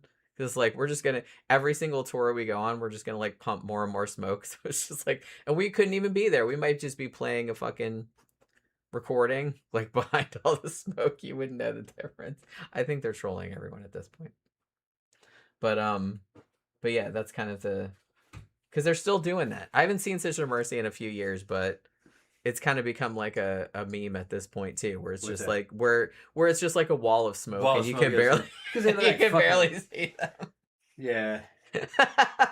Well, his hair went bad. He shaved his hair. He's just, He looks fine bald. I don't know why he's so. I guess he's insecure about it. He doesn't look that much. He looks cool still. He just shaved his head bald like you did. Man, during the heyday when he went fucking. Yeah, he was hot back in the day, but it's everybody was hot back in the day. Yeah. That's how that works. Yeah. Everybody gets old. You know what I mean? I haven't seen the dude in a long time. I haven't either. I think the last time I saw them was probably. Did you see them with me last time? Nope, I've never seen them. Oh, you've never seen them? I've seen them a bunch of times. Okay, so shit. I've never seen them in the modern era. It must have been longer. In Detroit. I thought you went with me to see them one time. No. Really? I saw them in Detroit in the fucking in the very late 80s at fucking St. Andrews Hall. Because I thought I had seen them in the last, because we've been together, since 15 years. Yeah. I thought I had seen them in the last 15 years. No. Maybe I went by myself, or it was, I don't remember. He used to live in his favorite city, Detroit. That's where the places where the manholes steamed. What are you talking about? It's because it was post-apocalyptic in Detroit during that time. Classes, you've seen Sisters. Yeah. It's like I've seen them a bunch of both seen them. I times. saw them long. I saw them a bunch of times. Yeah. I only saw them once a long every time they came through Orlando, I used to go see them. We even saw at Will's Pub. We even saw a Sisters of Mercy cover band called Temple of Mercy. Yeah, they were good. They were great. Yeah. Also nice people. I saw Switchblade Symphony. I never got to see them. I never got to see them in Boston. Real good. I never got to see them. Good live, real good. There's a lot of bands I wish I had seen now. that I never got to. Yeah. Probably the biggest one is Nick Cave and the Bad Seeds. I'm so mad that I never got to see him. My sister's seen him a couple times, and she's like, "Oh my god, you don't know what you're missing." The only thing that I wish that I'd seen was stuff that was like before I was born.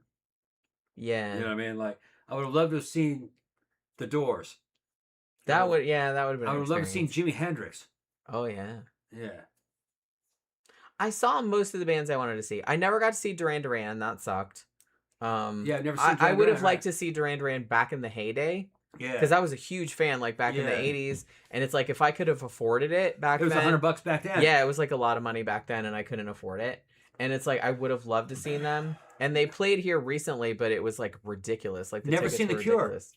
I saw the Cure. I saw them. It's a boring show. I saw them in 1990. I saw them like right after Disintegration came out. Okay. It was them and the Cranes. And I had nosebleed seats, but it was still really good. I saw them at the fucking, well, it used to be called the Orlando Arena. I don't know what the fuck. It's some corporate name now, but I don't know what it is. But I saw them there. I saw Depeche Mode there too, like the same year, with them and Nitzareb. But I'm trying to think. I think the only other band other than Nick Cave, I really wish I'd seen Nick Cave. I mean, I still could. He's still alive, but and he's still touring. But the only band I wish I'd seen, and now I'm never going to, is The Fall. And obviously I can't see them now because Marquis Smith is dead. But they never came here. They never, ever came to Florida. Like, the closest they ever came was Atlanta. And I really wanted to go to that show. But like I said, I didn't have any money or I didn't have any way to get there. High Desert City, Lisa Gerard has ballooned up. Oh, really? I haven't seen her in a long time. Oh. Yeah. Yeah, you said I've seen Dead Can Dance twice. Yeah, I never got to see Dead Can Dance. I've never seen them. I love them, though. They're good. Yeah, I love Within the Realm of a Dying Sun. That's a fucking great album, man. Yeah. Yeah, I just said I love The Cure, but it is the most boring live show because Robert just stands there and sings. Yeah, I mean, I didn't, I had a good time because, I was just really into the music and stuff. But yeah, he's not like running around or nothing like that. I heard they sound great though. Everybody likes it. They do, yeah. They sounded really good. And I loved, because this was 1990 when I saw them, and Pornography was my favorite album, as it still is, which came out in 82. So I was like super jazzed when they played A Strange Day, which is probably my favorite Cure song ever. And I wasn't expecting to play it, and then like they came out for the encore and they started playing that. I'm like, oh bitch. I was just like, I was so excited. I saw Nitzareb, they were great. Yeah, I saw them open for Depeche Mode. Yeah. In 1990. I saw them with Mini Me. That must have been 2014. Oh, and I might have seen them another time too. I might have seen them at Visage. What was the name of that place? Was it Visage? No. But it's on Orange Ave. The Edge? No, the big place. Oh, yeah, what the fuck is it? Why do I always forget the name of that? Yeah. I probably need to get another drink. Is that the same place we saw Gary Newman? Yeah. What's the name of that place? I saw Gary Newman there. Gary Newman's great. Yeah. I saw Comba Christ there. Yeah. I saw the Genitortures there. Yeah. I've seen the Genitortures like a fuck ton of times. Probably almost as many times as I've seen Sisters of Mercy. And Guar. I've seen Guar a bunch of times too. Me and my brother used to see Guar every time they came through. The fuck's the name of that place? I was gonna say we saw Skinny Puppy there, but we saw Skinny Puppy at that other place that was next to where Barbarella used to be. The fuck was the name of that? The Social? No. I don't remember. The Beecham. That's what it was called. We saw Skinny Puppy at the Beecham. Me and him did. Man, I've been to like so many fucking shows now that I'm thinking about it. I saw Christian Death. I saw the Cramps. I've seen most of the bands that I wanted to see. But there's still, like I said, Nick Cave. I'm still mad I never got to see Nick Cave. And because my sister has seen him a bunch of times too, and she's like, "Oh my god, he's so good live." And I was like, "I know, like I've seen the fucking videos, like I want to go," and I just never got to. He actually played fucking. I'm not giving you a full drink because we're gonna split what's around. Yeah, It's getting late anyway. he actually was supposed to play. He was on one of the Lollapalooza tours. What year was that? It was the year that Let Love In came out. So it must have been 94. And Lollapalooza that year, I went to the first Lollapalooza. I went to Atlanta and stayed with my friend. And it was the first Lollapalooza tour. And it was Jane's Addiction, Nine Inch Nails, Susan the Banshees, Rollins Band, Butthole Surfers, Living Color. Who else? I can't remember. There was a couple other bands too. And it was great, but it was hot as balls, you know what I mean? And we were like out in the sun, but it was still fun. But Nick Cave played the third or fourth Lollapalooza, which was in 1994. It was them, and I was excited about seeing him, and I think L7 was on that tour too. And the date was in DeLand, which I grew up in Daytona Beach, and that is literally like 20 minutes down the street. It was at like the DeLand Fairground, and I was so fucking jacked. I had like the tickets. I was just like super excited. And then I wake up on the morning of the day to go, just like, yeah, we're going to go to Lollapalooza 1994. And my cousin calls me because I think she was going with us. And she's like, they canceled it. It rained overnight and the whole fairground flooded. Fucking Florida. And the stage collapsed. And so they had to cancel it, and they never rescheduled. So I had tickets to go see Nick Cave, and I never got to go. And like I said, seeing Ozzy, Black Sabbath was a bucket list for Phil. Tom, we saw Priest play British Steel album for his 30th anniversary. Okay, wait, that must have been recently, huh? Oh, yeah. For 30th anniversary, yeah. I just said I saw Guar once, lots of fun. Jenna Tortures once. I yeah. just said he saw fucking Dread during Seven the Ragged Tiger tour. That would have been a great tour. Yeah. You suck. Yeah. I really wish I could have seen that. I really wish I could have seen them. I would have taken seeing them like more recently, but if I'd seen them like in their fucking heyday, like right around then, that would have been fucking peak. Tiger tour would have been a good one, yeah. New moon on Monday and a fire dance through. I mean, the closest I could get was like I had the concert video from then, like with like them doing the reflex and stuff. Oh, that would have been so awesome. Yeah. But he said, yeah, I saw Guar once, lots of fun. Jenna Tortures once. Yeah, I've seen Guar 3 times, 4 times. I don't know, a bunch of times. Jenna Tortures I've probably seen 4 or 5 times. Because they're from Florida, so they were here a lot. And I knew somebody that knew Jen from the Jenna Tortures, you know what I mean? Because she used to come here all the time. Mm-hmm. And so I saw them a bunch of times. And he said, I tried to see Morrissey 3 times. All 3 times he canceled. Yeah, he's kind of known for that. I've seen Morrissey twice. Unfortunately, I never got to see the Smiths because, I was broke back in the 80s when they were still together. But I did see Morrissey solo a couple of times before now it's kind of like, why does he even bother scheduling tours? Because he's going to cancel for some stupid reason. Like he always does. He's kind of like known for that. He's like such a fucking douchebag nowadays. But I saw him a couple of times and he was fucking great. I've seen Nine Inch Nails probably 3 times. I've seen Peter Murphy probably 7, 8 times. Actually, one time I even flew to Philadelphia to see Peter Murphy because he wasn't coming here. Like I just flew there, like for 2 days, like or a day or two, like to see him. And I've seen Daniel Ash. I've seen David J. Tomorrow we're gonna see fucking Starry Night. I know we've seen a Starry Night a bunch of times too. Yeah. I'm trying to think of like other shows I've been to. I'm sure there's more than that. I saw. I've seen Bad Religion a bunch of times. I saw Green Day before they got famous at a college. So there was that. Is Mouse spinning? Yes. Okay, good. I gotta send her a message to tell her we'll be there. Although she probably knows we'll be there. Yeah, I mean, I already put up on the invitation that we were going. Yeah, I haven't seen Mouse in a while. That's my girl. Joe says I was more into the Smiths. I mean, I like Morrissey's solo stuff. But the Smiths were like, I mean, Johnny Marr was a fucking genius. That fucking guitar, that whole interplay between his guitar and like Morrissey's lyrics and stuff like that was just fucking peak. You know, I think I legitimately think the Smiths were like one of the best bands of the 80s, like easily.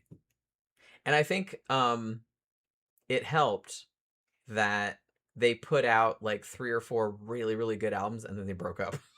Who? The Smiths. Yeah. You know what I mean? So they didn't like hang around long enough for people to get sick of them. Yeah, that's what happens if you like they were just kind of like boom, boom, boom, boom, boom. Okay, bye, we're done. And then Morrissey went solo, and like Morrissey's solo shit is really good too. Like it's hit or miss. He's done a lot of stuff. I think all of his solo shit was good, but a lot of it's really good. They still play a lot of Morrissey. He doesn't have a bad album. They still play a lot of Morrissey stuff at the club. And matter of fact, we were there not last week, but the week before, and they played, I think we mentioned this before, but they played November Spawned a Monster. Yeah. And like, oh my God, everyone was just like cracking up and just like singing along. Because that song and that video are like ridiculous, but like Amanda was fucking in the best possible way. We have a friend named Amanda who comes to the club probably every 2 or 3 weeks or so, her and her husband, Eric. Yeah. And she got a Morrissey tattoo. Loves Morrissey. She has a tattoo of Morrissey's face like on her arm right there. And she can dance too. When Morrissey comes on, she just goes ape shit. She does her whole Morrissey dance. It's so funny. And she's like 50.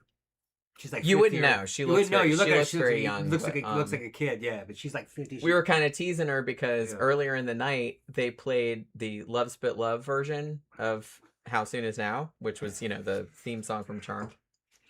And you've got to tell her what happened during the November Spawned a Monster. Well, I'll get to that. Okay. Because the Love Spit Love thing happened earlier. All right.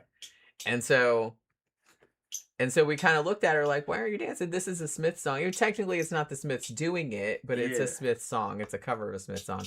And she says, oh, well, I can't dance to covers of Smith songs because the Morrissey tattoo will get upset. And he will start, like, itching. Yeah, it'll start itching. Yeah. She has a whole relationship with her Morrissey tattoo, and he will not allow her to dance to it's a tattoo of Morrissey in his prime. He's like 20. Yeah. And I thought that was super funny. But then, like, later on, he played November Spawned a Monster, actually a Morrissey song. And so they were all like dancing and going crazy. And then Tom decided that he was going to climb up on the couch. And kiss Morrissey. On the image. Because they have like big video screens. Big video screen, yeah. Fucking. She starts going crazy. Amanda goes crazy, and I fucking look up, and I fucking they're doing the fucking November Spawned a Monster, and he's fucking bowled over backwards and shit with his see-through fucking shirt. And I said, "Hold on!" And I fucking run towards the screen and jump up on top to try to kiss Morrissey, and he moved. And the bitch moved, and fucking people laughed. He didn't want to kiss you. He was like, "The hell with you, Tom." Shit was funny. It was very funny. Yeah. But it's like everybody gets emotional here in Florida. Well, it's kind of ironic too. When Morrissey comes on, they're gonna because people know the songs and the except lyrics. For Dr. Michael. Dr. Michael famously some people are fucking like. So every time a Morrissey or a Smith song comes, he's like, "Fuck this!" Yeah, you have to like, outside "Fuck this, onto the patio. And shit. Yeah, there are some people that are like anti-Morrissey. But largely not. Like, most people, if they play, like, the Smiths or Morrissey, I'd be like, like, you know what I mean? They'll all just start dancing and, like, singing along. Actually, a couple weeks back... Toby, he's like, oh, fuck that fat. Yeah. He's a gay guy. He's gay. He doesn't like Morrissey. He's a leather daddy. Yeah, I forgot Toby doesn't like... that dude. He doesn't like that dude. I forgot Toby does. I was like, well, Toby's funny, too, because, like, Toby likes some gay music, too. Like, he loves Erasure and stuff. But some Erasure songs... Some shit's too gay for him. Yeah. Like... It'll come on, and he'll be like, "This is too gay for me. This is too gay. This is fucking fags. Yeah, fucking fags." It's super funny. Okay. But then he'll dance to like really, really gay shit. Like he'll dance to like Bronski beat. You never can tell. You never can tell. I'm like Bronski beat. What are you talking about? I would argue the Bronski beat is at least 10% gayer than Erasure. Yeah. Okay. He'll get all upset over fucking Morrissey, and I'm saying, he's like, "You don't like Morrissey?" He says, "Nah, fuck that fag." So who you calling a fag, man? Fucking fuck that motherfucker. It's like you get some Rusky shit. That shit's gay as That's shit. way gayer than like, Morrissey. dude, Come on you now. were fucking gay. You were Along the dancing spectrum of gay. Bronsky beat and fucking all this other super. That's just much more gay than this. This is it's just gay as fuck. You know? Yeah. And fucking, he's kind of funny. And Toby, you're gay as fuck, man. You know, do I look gay? No, you don't look gay, but you gay as fuck, man. Go ahead and dance to that shit. I fucking love that shit. You don't want to dance to it? No. That's okay. It's just, it's ego. Yeah, he will dance to Bronski being like the Pet Shop Boys and stuff like that. You fucking dance to the Pet Shop Boys. But he won't dance. Come on, you want to dance to Morrissey? I got standards. It's like that kind of shit. I get it. Some people he's just being contrary. I get it. I think what it is love. I think it's love. Is what it is. He's trying to deny his love for Morrissey. Like Morrissey's a twat. I get it, but it's just like that's his gear. That's his brand. I mean, at this stage, yeah, that's absolutely his brand. But it's his brand. Like I said, I would argue that the Smiths are easily one of the best band of the 80s. Oh, easily. Yeah. The Smiths and Morrissey. Oh yeah. You got the motherfucker's a master lyricist. Nobody sounded like that in the 80s. Nobody. That dude was a master lyricist. When it comes to writing lyrics, you're not going to beat Morrissey. No. He's so fucking arch and so funny. Yeah, you're not going to beat that dude. He's so bitchy. Yeah. He's so bitchy. Yeah, but it's kind of correct though. But in a funny way. Yeah. But in a funny way. Yeah. Like some of his turns of phrase, like I just fucking laugh out loud. Like how the fuck did he even think of that? But reading all that Oscar Wilde. That's what it was. He wanted to be Oscar Wilde so bad. Yeah. Remember I told you that when I was in high school and I got this. You can't be more British than that. You can't be more English than that. You really can't. Yeah, go listen to the song Cemetery Gates. Cemetery Gates. Cemetery Gates. Go watch. Listen, yeah, but you're gonna get the E taken out. Yeah. Cemetery Gates. You're gonna fucking. You can't get any more English than that. And he'll tell you that. Yeah, he's like the quintessential. Yeah. Like he's gonna start quoting prose and shit. Okay. It's about Keats and Yeats. Yeah. But like, yeah, very, very literary. He is. But I told you, it's like when I got into the Smiths in the 80s, and what's so funny is that he was into American shit too. He loved James Dean. Yeah, he loved like 50s American stuff. He liked 50s American stuff. Yeah. But he was very, very British. Like he was into like 60s like kitchen sink drama movies. Like a lot of the videos like have clips from those movies. And a lot of the images that he used for the covers of because he designed all those. He liked criminals. Yeah, he was classic really into that. British criminals. Yeah, he was like really into the craze and all that kind of stuff. So because he was real into Oscar Wilde, and I had read Picture of Dorian Gray, which is a great fucking novel. It's a horror novel if you've never read it. It's fantastic. But I was like, I need to read some more Oscar Wilde. Because Morrissey's really into it. And I read a bunch of his shit, and I read his play, The Importance of Being Earnest, and that is legit one of the funniest things that I ever read. And when the fuck was that written? 18 something? I don't know. And I was like, holy shit, that was so fucking funny. Joe says I'm cracking his wife up. I don't know what I'm cracking. I can't believe how fucking funny that shit was. What am I cracking your wife up over? About kissing Morrissey on the screen? I don't know what you're talking about. It was really funny. Yeah, they love that shit. I jumped up on the couch. I had to get the screen. It was a big fucking huge screen. Yeah, they have like I had to jump up on the couch. The walls. And I was trying. They're not super high up. Yeah, like you can touch them and stuff. It was just I was in a moment of weakness. You know what I mean? I gotta kiss Morrissey. Gotta go kiss Morrissey. He was falling over backwards, all sensitive and shit, about how this fucking poor child. So ugly, just twisted child, oh ugly, you know what I mean? I go, oh yeah. One November spawned a monster in the shape of this child who later cried, oh Jesus save me from sympathy and people discussing me. I gotta go. A frame of useless limbs, what could be? He's starting again.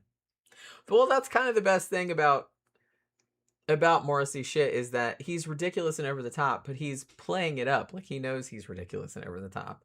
And so when they play, especially when they play something like November Spawn a Monster, you know, everyone's just gonna lean into it. So like everyone's on the dance floor just going like that, like, you know, because it's funny. Also, one night, the last song that they played, because you know most people have gone by then, but you know some of us like hardcore people are like kind of still there. Like it's like, come on, let's keep going. It's like it's not 2 a.m. yet, and the last song they played was fucking Ouija board, which I hadn't heard in like a long time. I have the 12-inch single somewhere, but it's like I hadn't heard it in a while, and so like, you know, the 5 of us that were left were all like fucking dancing to that, like fucking singing along to that song. But you know, his songs are I would argue that the Smith songs they usually play. He has ones that he usually plays. Like he'll play. I mean, How Soon Is Now? Yeah, because everybody knows that song. But he likes What Difference Does It Make and Panic. Like he almost always plays those two back to back. And matter of fact, if you go to Barbarella still to this day, and this is like he does it just because everybody expects him to. But if he plays What Difference Does It Make, you can bet $100 that he will play Panic afterward, because I think he has those two songs just on one thing. So he plays those together. Every now and then he plays There's a Light That Never Goes Out. Like he plays that quite a bit. Every now and then he'll play Big Mouth Strikes Again, which is always cool. What other Smiths ones does he play? Every now and then he'll play the Headmaster Ritual. A couple times early in the night, he's played The Queen Is Dead, which is like pretty awesome. That's a long ass song, but it's really good to dance to. But and every now and then also he'll play This Charming Man. Although that one's kind of a bitch to dance to, honestly. The rhythm is kind of strange. But those are the main ones he plays. I can't really think. Or Girlfriend in a Coma, he plays that one sometimes. Girlfriend in a coma, I know. But I know it's really serious. He usually plays that kind of early, though. Like before everybody gets there. There were times when I could have strangled her, but you know that I would hate anything to happen to her. That song is so fucking funny. Like all of his songs are fucking funny. Yeah. But the one Tom sings too, yeah, sometimes. I got a cold though. I can't do it like I can normally do it, man. Yeah.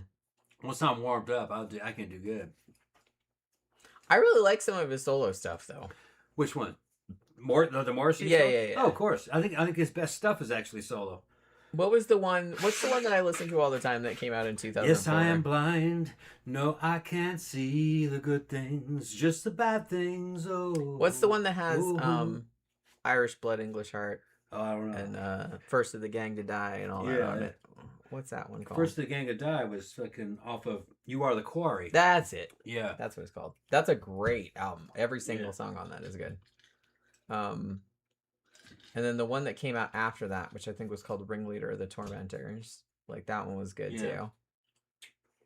But yeah, like a lot of his solo shit was good. I started buying his solo stuff like as soon as the Smiths broke up, because I was really into the Smiths in the 80s, and then like they broke up in 87 or like after Strange Ways Here We Come, and I was like, well, that sucks. And then Viva Hate came great album, out. though. It is. Not my favorite. I mean, Queen Is Dead is still my favorite. I am the ghost of Troubled Joe, hung by his pretty white neck. Yeah. That was off for Strange Ways, remember that? Yeah. Well, yeah, of course I remember. Yeah. Of course I remember. Yeah. Like, all those songs were good, too, but, like, I think that The Queen Is Dead is, like, their magnum opus. And like I said, I think that they're fondly remembered nowadays because they really only had 4 albums, right? Like they did The Smiths, their first one, Meat is Murder, Queen Is Dead, Strange Ways Here We Come. And then there was Hatful of Hollow, but that was kind of a singles compilation. Yeah. That just had like alternate versions of singles and stuff. Yeah. But that was it, right? Yeah, I think so, yeah. Yeah, I think that was it. So they didn't really have a chance to like hang around and like start to suck. Yeah. You know what I mean? Like all of their albums were good. So I think that's why they're a lot more fondly remembered nowadays than, because I was reading a thread like earlier today where someone was positing who do people perceive as the bigger douche, Bono or Morrissey? Bono. And people were trying to explain like why one or the other would be like the bigger douche. And most of the people were commenting it's like, well, even though Morrissey is probably technically a bigger douche, the Smiths were like a better band. And some people were saying, because like, look, I like early U2, but a lot of people were pointing out that it's like, look, the Smiths technically were really only together for 4 or 5 years. They put out like 4 good albums and then they fucked off and then they broke up. And then Morrissey did his own thing. And yeah, he's kind of a twat, but he was always kind of a twat and he kind of owns that. Whereas like U2 had some really good shit in the 80s, maybe up until Joshua Tree, or maybe like a few years later. And then they're still around and they're still putting albums out. And even though I haven't heard them, like a lot of people were like, look, man, I really like U2, but it's like for the past 20, 30 years, they've been putting out kind of shit albums. You know what I mean? Like they're still around. Their last good album was Octung Baby. Yeah, like some people did say that. Like that album was good too. That's like I good, think Joshua Tree was like the last one of theirs that I bought. So it's like, so I don't really But know. they were mainstream. That's what a lot of people said. They were like the biggest band in the world. They're like the Smiths. They're mainstream. While well known, you're right. We're not anywhere as big right. The Smiths as were not a mainstream band. No, especially not in the U.S. No, they were a cult band, a very good cult band. But U2 was a mainstream American fucking band, man. And they were huge. Their radio play was fucking huge. Yeah, they were everywhere. And for a mainstream band, they were really good. There was good artistic quality to U2. Up until about Octung Baby. Yeah, that was when most people were kind of like, yeah, then it started going downhill after that. And they're still around. They're still around, yeah. So I think that was... a lot of people were speculating that. And they're also saying that it's like, well, yeah, Morrissey was like a douchebag or like a twat, but it's just like he didn't really make any bones about it. Whereas Bono came across as like performative and maybe kind of like fake. And people don't like that less. He was an industry. He was kind of like hypocritical in a lot of ways too. And a lot of people, I didn't realize, I remember this happening and people being mad about it, but some people are still pissed about it nowadays. Remember when they forced their album onto everyone's iPhones? I don't remember that, no. Like, it wasn't really them, like Apple did it, but their album came out and they basically, if you had the iPhone, that U2 album came up on your phone and you couldn't delete it. No shit. And a lot of people were really mad about that. And that was like 15, 20 years ago that forced happened. The U2 album. Yeah, and it's just like, so people were kind of, I think that might have been... This? It was like 15 years ago. So 15 years ago, U2 was not a cultural thing. That was from... No, they were. That's from the past. 15 It might have been longer ago than that. Was it? Okay. But I remember it being a big deal and a lot of people being mad at it, being like, look, it's like, I would have bought your album. It's like, but like, thank you for the free album, but I can't get rid of it. And it's like, you know, now it's like taking up memory in my phone and it's like, and it keeps playing at random times and all this other kind of shit. And people were really, really, really mad about it. And some people are still mad about it, evidently, because a lot of people were fucking commenting on it, and how like that was maybe when the downward spiral started. Yeah. And a lot of people pointed out too that it's like U2's stuff was very, like you said, very mainstream, and they were a hugely commercial band, and they were kind of responsible for, you know, the kind of mainstream sound like going forward. So a lot of people were like, well, their shit was kind of generic, whereas the Smiths were like actually a very distinctive, kind of a better band. And a lot of people were like, you know, Johnny Marr was fucking cool, and like the rhythm section in the Smiths was like so much better than the one in U2 and all this other kind of stuff. The weird thing about U2 is that when it started with like Boy and War, they were a kind of an underground band. They were I like that like shit. Susie. They were really good though. I liked that shit. Like early 80s. Yeah, but by the time Joshua Tree came out, they were a radio play band. Yeah, that was 87. Even though that was a good album. It was a good album, yeah. I was into metal at that time, but there was a couple of tracks that were on there that if you were fucking high, you'd be like, whoa, like Bullet in the Blue Sky was a real slow driving sound with spoken word over it. It was almost kind of like something out of the Doors. I really liked that one. And I heard it on the radio when I was in Brazil, high as shit. I was like, what the fuck is this? I've been smoking weed. And it came out that was that was the Doors, and I was like, or not the Doors, that was U2, yeah. U2, and I was like, no shit. So I got that album just to get that song on it.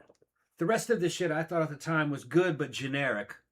I think that was the radio play. main complaint Right. that a lot of people had. And even people that were commenting, like, really liked U2. Yeah. But they were like, after a certain period, they became very commercial or very mainstream. Yeah. And they didn't really stand out.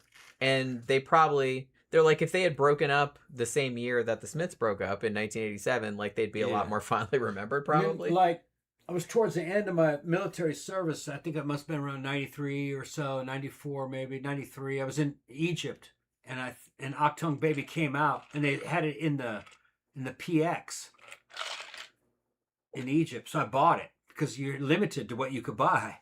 So, okay, I'll buy that. And I liked that album. It was mainstream, but the quality was good. It was listenable. It did kind of have, it had Real Thing. It had a bunch of other songs on it. But I think that was their last good album from U2. It was a weird time, though. That was just another time.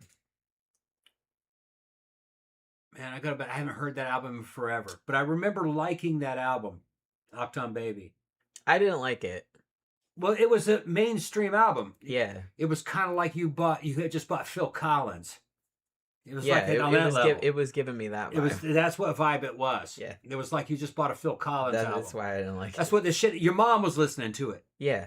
It was like and that. I think that was the complaint that a lot of people had. Right. Was that they just went... It was mainstream. Generic. Yeah. Real mainstream. But it was good for mainstream. Yeah, it's good. Yeah. Just boring music. It's good, boring music. It was not subversive in any way. It wasn't fucking... Well, it wasn't interesting. It wasn't what it was good for that kind of thing. Right. But it wasn't really... Right. Like I said... It did kind of plant you in a certain place and time. I like their early 80s shit. Their early 80s shit was very new wavy, and I was like into that. But like... Yeah, Boy was a great album. And War. Yeah. Kent, this is funny. I don't know if you'll know what he's talking about, but Count Orlok says, how about Mike Nelson singing Morrissey? That is honestly one of my favorite MST host segments.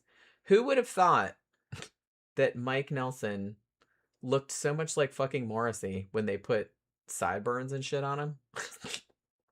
And the song that he sang...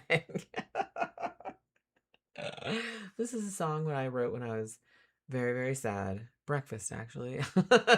Oh my god, I love that fucking shit. Yeah, High Desert had it right. Yeah, Bono had the white savior complex. Yeah, and I think that's 100%, like I said. I think that's why. Like I said, 100%. Everybody on Earth agrees that Morrissey is a twat. Everybody agrees. Okay, yeah, Bono was a. But he doesn't make any bones about that. Everybody knows he's a twat. He kind of owns it. He's not a bad twat though. He's not pretending to be something he's not. I like him. He's a bitch. Yeah, he's a bitch. Everybody he's knows that. Fucker. Yeah. He never pretended to be otherwise. Yeah. I think people don't like Bono because they feel like he's fake or he's not being fake. Genuine. He was fake. It was about money. He had a white savior complex, and he had all this fucking these charities going on where he pocketed most of it, and his friends pocketed. Yeah, nobody actually got any. That money you gave him. I think that's why none of that shit got to because he was Africa. pretending to be something he wasn't. Yeah. I think that's why people get... For every dollar you gave Bono, an African got a half a penny. All right. And the fact that, like I said, between the two of them, Bono's clearly like a lot more famous than Morrissey is. Yeah. So obviously a lot more people know who he is. They made a whole ass South Park episode about fucking what a douche Bono was. Yeah. They didn't make one about Morrissey. Yeah, well, he was not well known enough. That's what I'm saying. That's what I mean. So it's kind of like, obviously more people are going to hate Bono just for those reasons. But I love Morrissey though. Yeah, I mean, I don't hate Bono. I don't hate U2. It's just that I like their early 80s shit, but I never really got into them. I'm just kind of like, they're all right. And when they were, for a time when U2 were like literally like the biggest band in the fucking world, which they were, I was like, they're okay, but I don't get it. Morrissey's great sin was vegetarianism. That motherfucker would get on there doing all this. You got to be a vegetarian, all right? And that bitch probably eats a steak. How much you want to bet? Well, he had a thing too where like he wouldn't play at venues like if they served hot dogs or something. Yeah, like just that. stupid shit. Okay, Which also seems kind of performative. He's a bitch. To be It's honest. performative. He didn't. But like I said, he wasn't believe pretending to be. and I don't believe an that. Asshole. Probably what it was is he didn't want to work that night. That's probably all it was. I don't believe that bitch was authentic. And nowadays, I think people are getting on Morrissey's case because he's always canceling shows. He's more known for canceling shows nowadays than probably any other thing. Yeah, he just doesn't want to work. But the thing about it is like, why bother even scheduling a tour? Because you know you're not gonna show up for like 3/4 of those dates, dude. Steven. He's a hoe. Stephen Patrick Morrissey. Well, there might be some drug abuse going on for all you know. For all you know, the dude's a heroin. Yeah, I don't know. Like I said, I saw him live a couple times and he was great. Like he did actually show up, and he didn't phone it in. Like it was actually good. Haida said, "I can believe Morrissey has never eaten a hamburger." I'm not sure. I'm not so sure how authentic these guys are. And his whole thing too about being, well, he wouldn't be an incel. He'd be a volcel. Yeah, volcel. He's voluntary. Voluntarily and bullshit. Bullshit. Yeah, I don't really buy that either. I mean, show business. I have a couple of biographies. Yeah. Of Morrissey. Some of them more salacious than others, and in one or two of them, I don't know what the sources for this are, but some were like, yeah, he was actually pretty active, like in the gay scene. He just didn't want to be associated with that because he always wanted there to be like some kind of like mystery. Yeah. Which it worked. I mean, he wanted there to be he wanted to be this singular figure. Yeah. He's like, I don't really want to pin myself down like gay, straight, whatever. He's just like, he wants to be just like all things to all people. So it's like, so I get that. But probably gay, huh? I guess, although from what I could determine, he's not married. But I think he did have some relationships with women early on. Okay.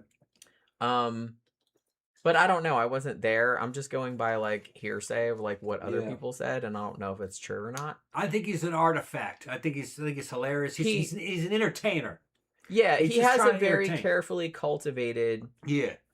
His persona's cultivated. How much of it is bullshit? No probably one knows. Half of that shit's bullshit.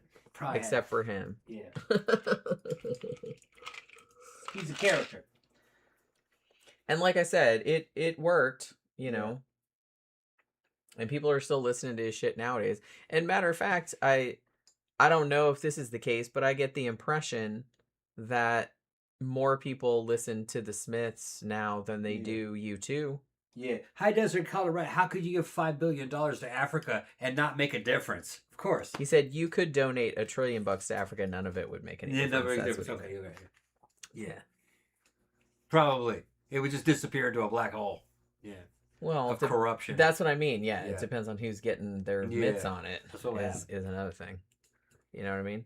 Haida said, I never not believed he was gay. I don't think he's gay. I always thought bisexual, but something like that. Yeah. That was the impression I got. But like I said, he wanted to be, his whole shtick, his whole persona, is to be like above all that. Was to be above all of that. Yeah, he's not even sexually interested in anything. He's interested in nothing and everything. Yeah, because this shit's all tragic and they're all fucking you over. We're all gonna die anyway. Yeah. It doesn't even matter. He was either straight or bi. That's the way I saw it. The reason he got away with it, and I kind of feel like he's probably a straight guy.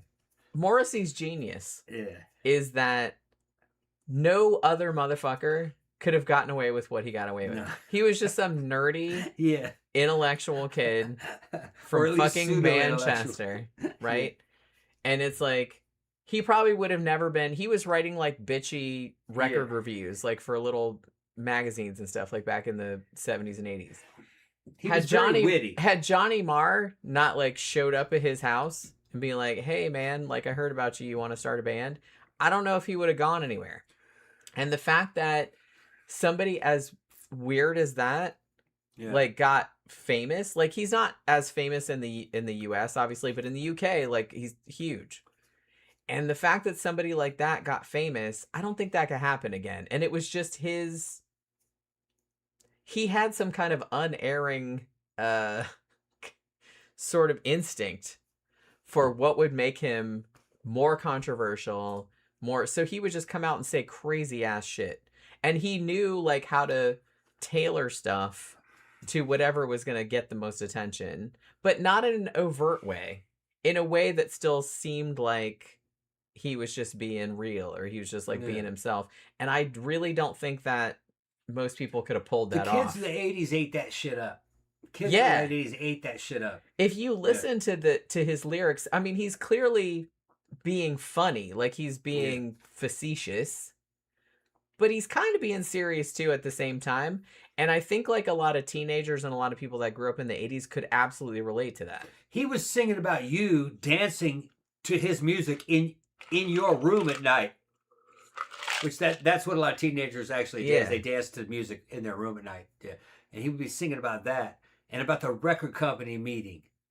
Talking about him dying. A lot of people can relate to it. How many different releases of the fucking same release and re-release of the same album with different covers, so you could get ripped off by buying the album more than once, and just, you know, he knew exactly what he was talking about. He was a master lyricist. He's very witty, an English original. Yeah, you couldn't do that again. Yeah, he's a unique. Yeah, you couldn't do that again. He was a one-off. Only he could get away with that. Yeah. Just the way he pulled it off, which is kind of crazy because you like I said, you couldn't do that nowadays. No, and if you did it again, they would just say you were copying him. Well, yeah, nobody else could do that. So, Joe Saturn says Morrissey is huge in South America. Yeah, he is. Yeah, Mexicans love it. Oh my God, you guys. I don't know if you guys know, but there is a huge. I don't even know. Would you call it a subculture? There's like kind of a subculture of Mexican Morrissey cover bands. Yeah. They do mariachi There's a versions. bunch of them. Yeah. And some of them are really good, actually. Well, it's because South American culture really loves drama. And he's all about drama. It's all about drama. And they know the lyrics. They listen to the translations of the lyrics, so they know what it's about. And Morrissey, of course, also liked criminals and gangsters, and there's some of that in the Mexican culture, you know, fucking bandidos and fucking cartel guys, and you know, there's kind of a little bit of a romance of crime, you know, is what he would talk. So so Morrissey was understood by the Mexican subcultures. Yeah, he plays like massive audiences, like in Central and South America. Yeah, people don't realize how big goth music is in Central and South America. Yeah, there's a lot of that shit. Like I said, they're all about drama. Yeah, drama. Yeah. They love that shit. Yeah. And like I said, he's kind of like sarcastic drama, but that's okay. Yeah. Remember that what was that cover, that one band that they did that really good cover of Mextracy? Yeah, Mextracy or Metracy or however you pronounce it. It's Mextracy. Yeah. Mexican Morrissey. Mextracy. It's a Mexican Morrissey cover band, and they did a really good cover of Every Day Is Like Sunday. Yeah, well, everything among other things. Cover. But I think that was my favorite cover that they did. But yeah, it's just funny. I guess it makes sense if you kind of know about the culture. But yeah, he still has like a massive audience down there. I think like the main audiences. Although you know what's weird? Remember the other day, like on Netflix, they have a documentary about Depeche Mode. Yeah, and it's from last year, I guess, and they were playing in, I think, South America. I think they were in Brazil or something. And it's just like, holy crap, there was like fucking thousands. It was like 3 nights in a row. And it was just thousands and thousands of people like came to see them. And all 3 shows were sold out, if I remember. So, you know, even a band like Depeche Mode, who's been around since 1980, I think. When did Speak and Spell come out? 81, something like that. So they've been around for that long. And the fact that they can still draw a crowd that large, and everybody's like singing along with every song, and it was just crazy. But like I said, it's because of the culture down there, I guess, because they're kind of more into drama and darker shit. I guess it resonates with them more than it does with most of them. Yeah, there's a big goth scene here too, but it's not. You're not gonna get like 50,000 people going to see Morrissey or Depeche Mode. You would get a lot of people, even now, like that they're old, but not like down there. I kind of feel like it's a way bigger deal, which is it's kind of interesting. If you ever watch, if you know Voltaire, uh he's kind of I don't know what I'd call him. He's a musician, but he does he's Cuban, I think. And he writes like goth songs, but they're like funny. And he's been around ages. Like we've even seen him like at Barbarella, like when he was in town. And he has a channel with his fiance who is Japanese, and they do a lot of stuff in Mexico. I think she has a house in Mexico. He has an apartment in New York City, and then I think she has a house in Mexico, and they go back and forth. Who you talking about? Voltaire. Oh, okay. And and so every now and then they'll put up a video where they're like doing goth shit like in Mexico City, and it's just like, man, there is so much stuff. Like there's all kind of like bars and shops, and it's just like there's a huge fucking scene down there. And it looks really cool. Like one of these days, one of these days, I will get down there and see what's going on. Well, Jen, it's almost 11. Mm-hmm. You want to go ahead and shut it down? Yeah, I reckon so. Yeah, we've done a good job. Yeah, we've done a good job. We've done a good job. Let's pat ourselves on the back, shall we? Yes, I'm going to do that. All right. So I guess we're going to wrap it up for this evening. It is getting much later. Well, you know, when I either start talking about music or horror movies, like I'm just going to go off and it goes by like faster because that's like my favorite topics. So yeah, we're gonna wrap it up for this evening so we can go to bed. Got to get some rest. We're gonna go out tomorrow. We got a big day. Yeah, we got a big day tomorrow. Going to go out to a show and then go out to the goth night after the show, depending on what time it ends. But yeah, so it should be a good time. We'll talk about it a little bit on Monday. So hopefully you guys have a good rest of your Friday night. Have a good weekend, y'all. We'll be back on Monday night for a movie review. Don't know what movie it's going to be. We'll figure it out when we get there. But hopefully you guys can join us for that. Thank you very much for hanging out with us this evening. Thank you very much for your super chats and all of the discussion. And we will be back again on Monday night. Good night.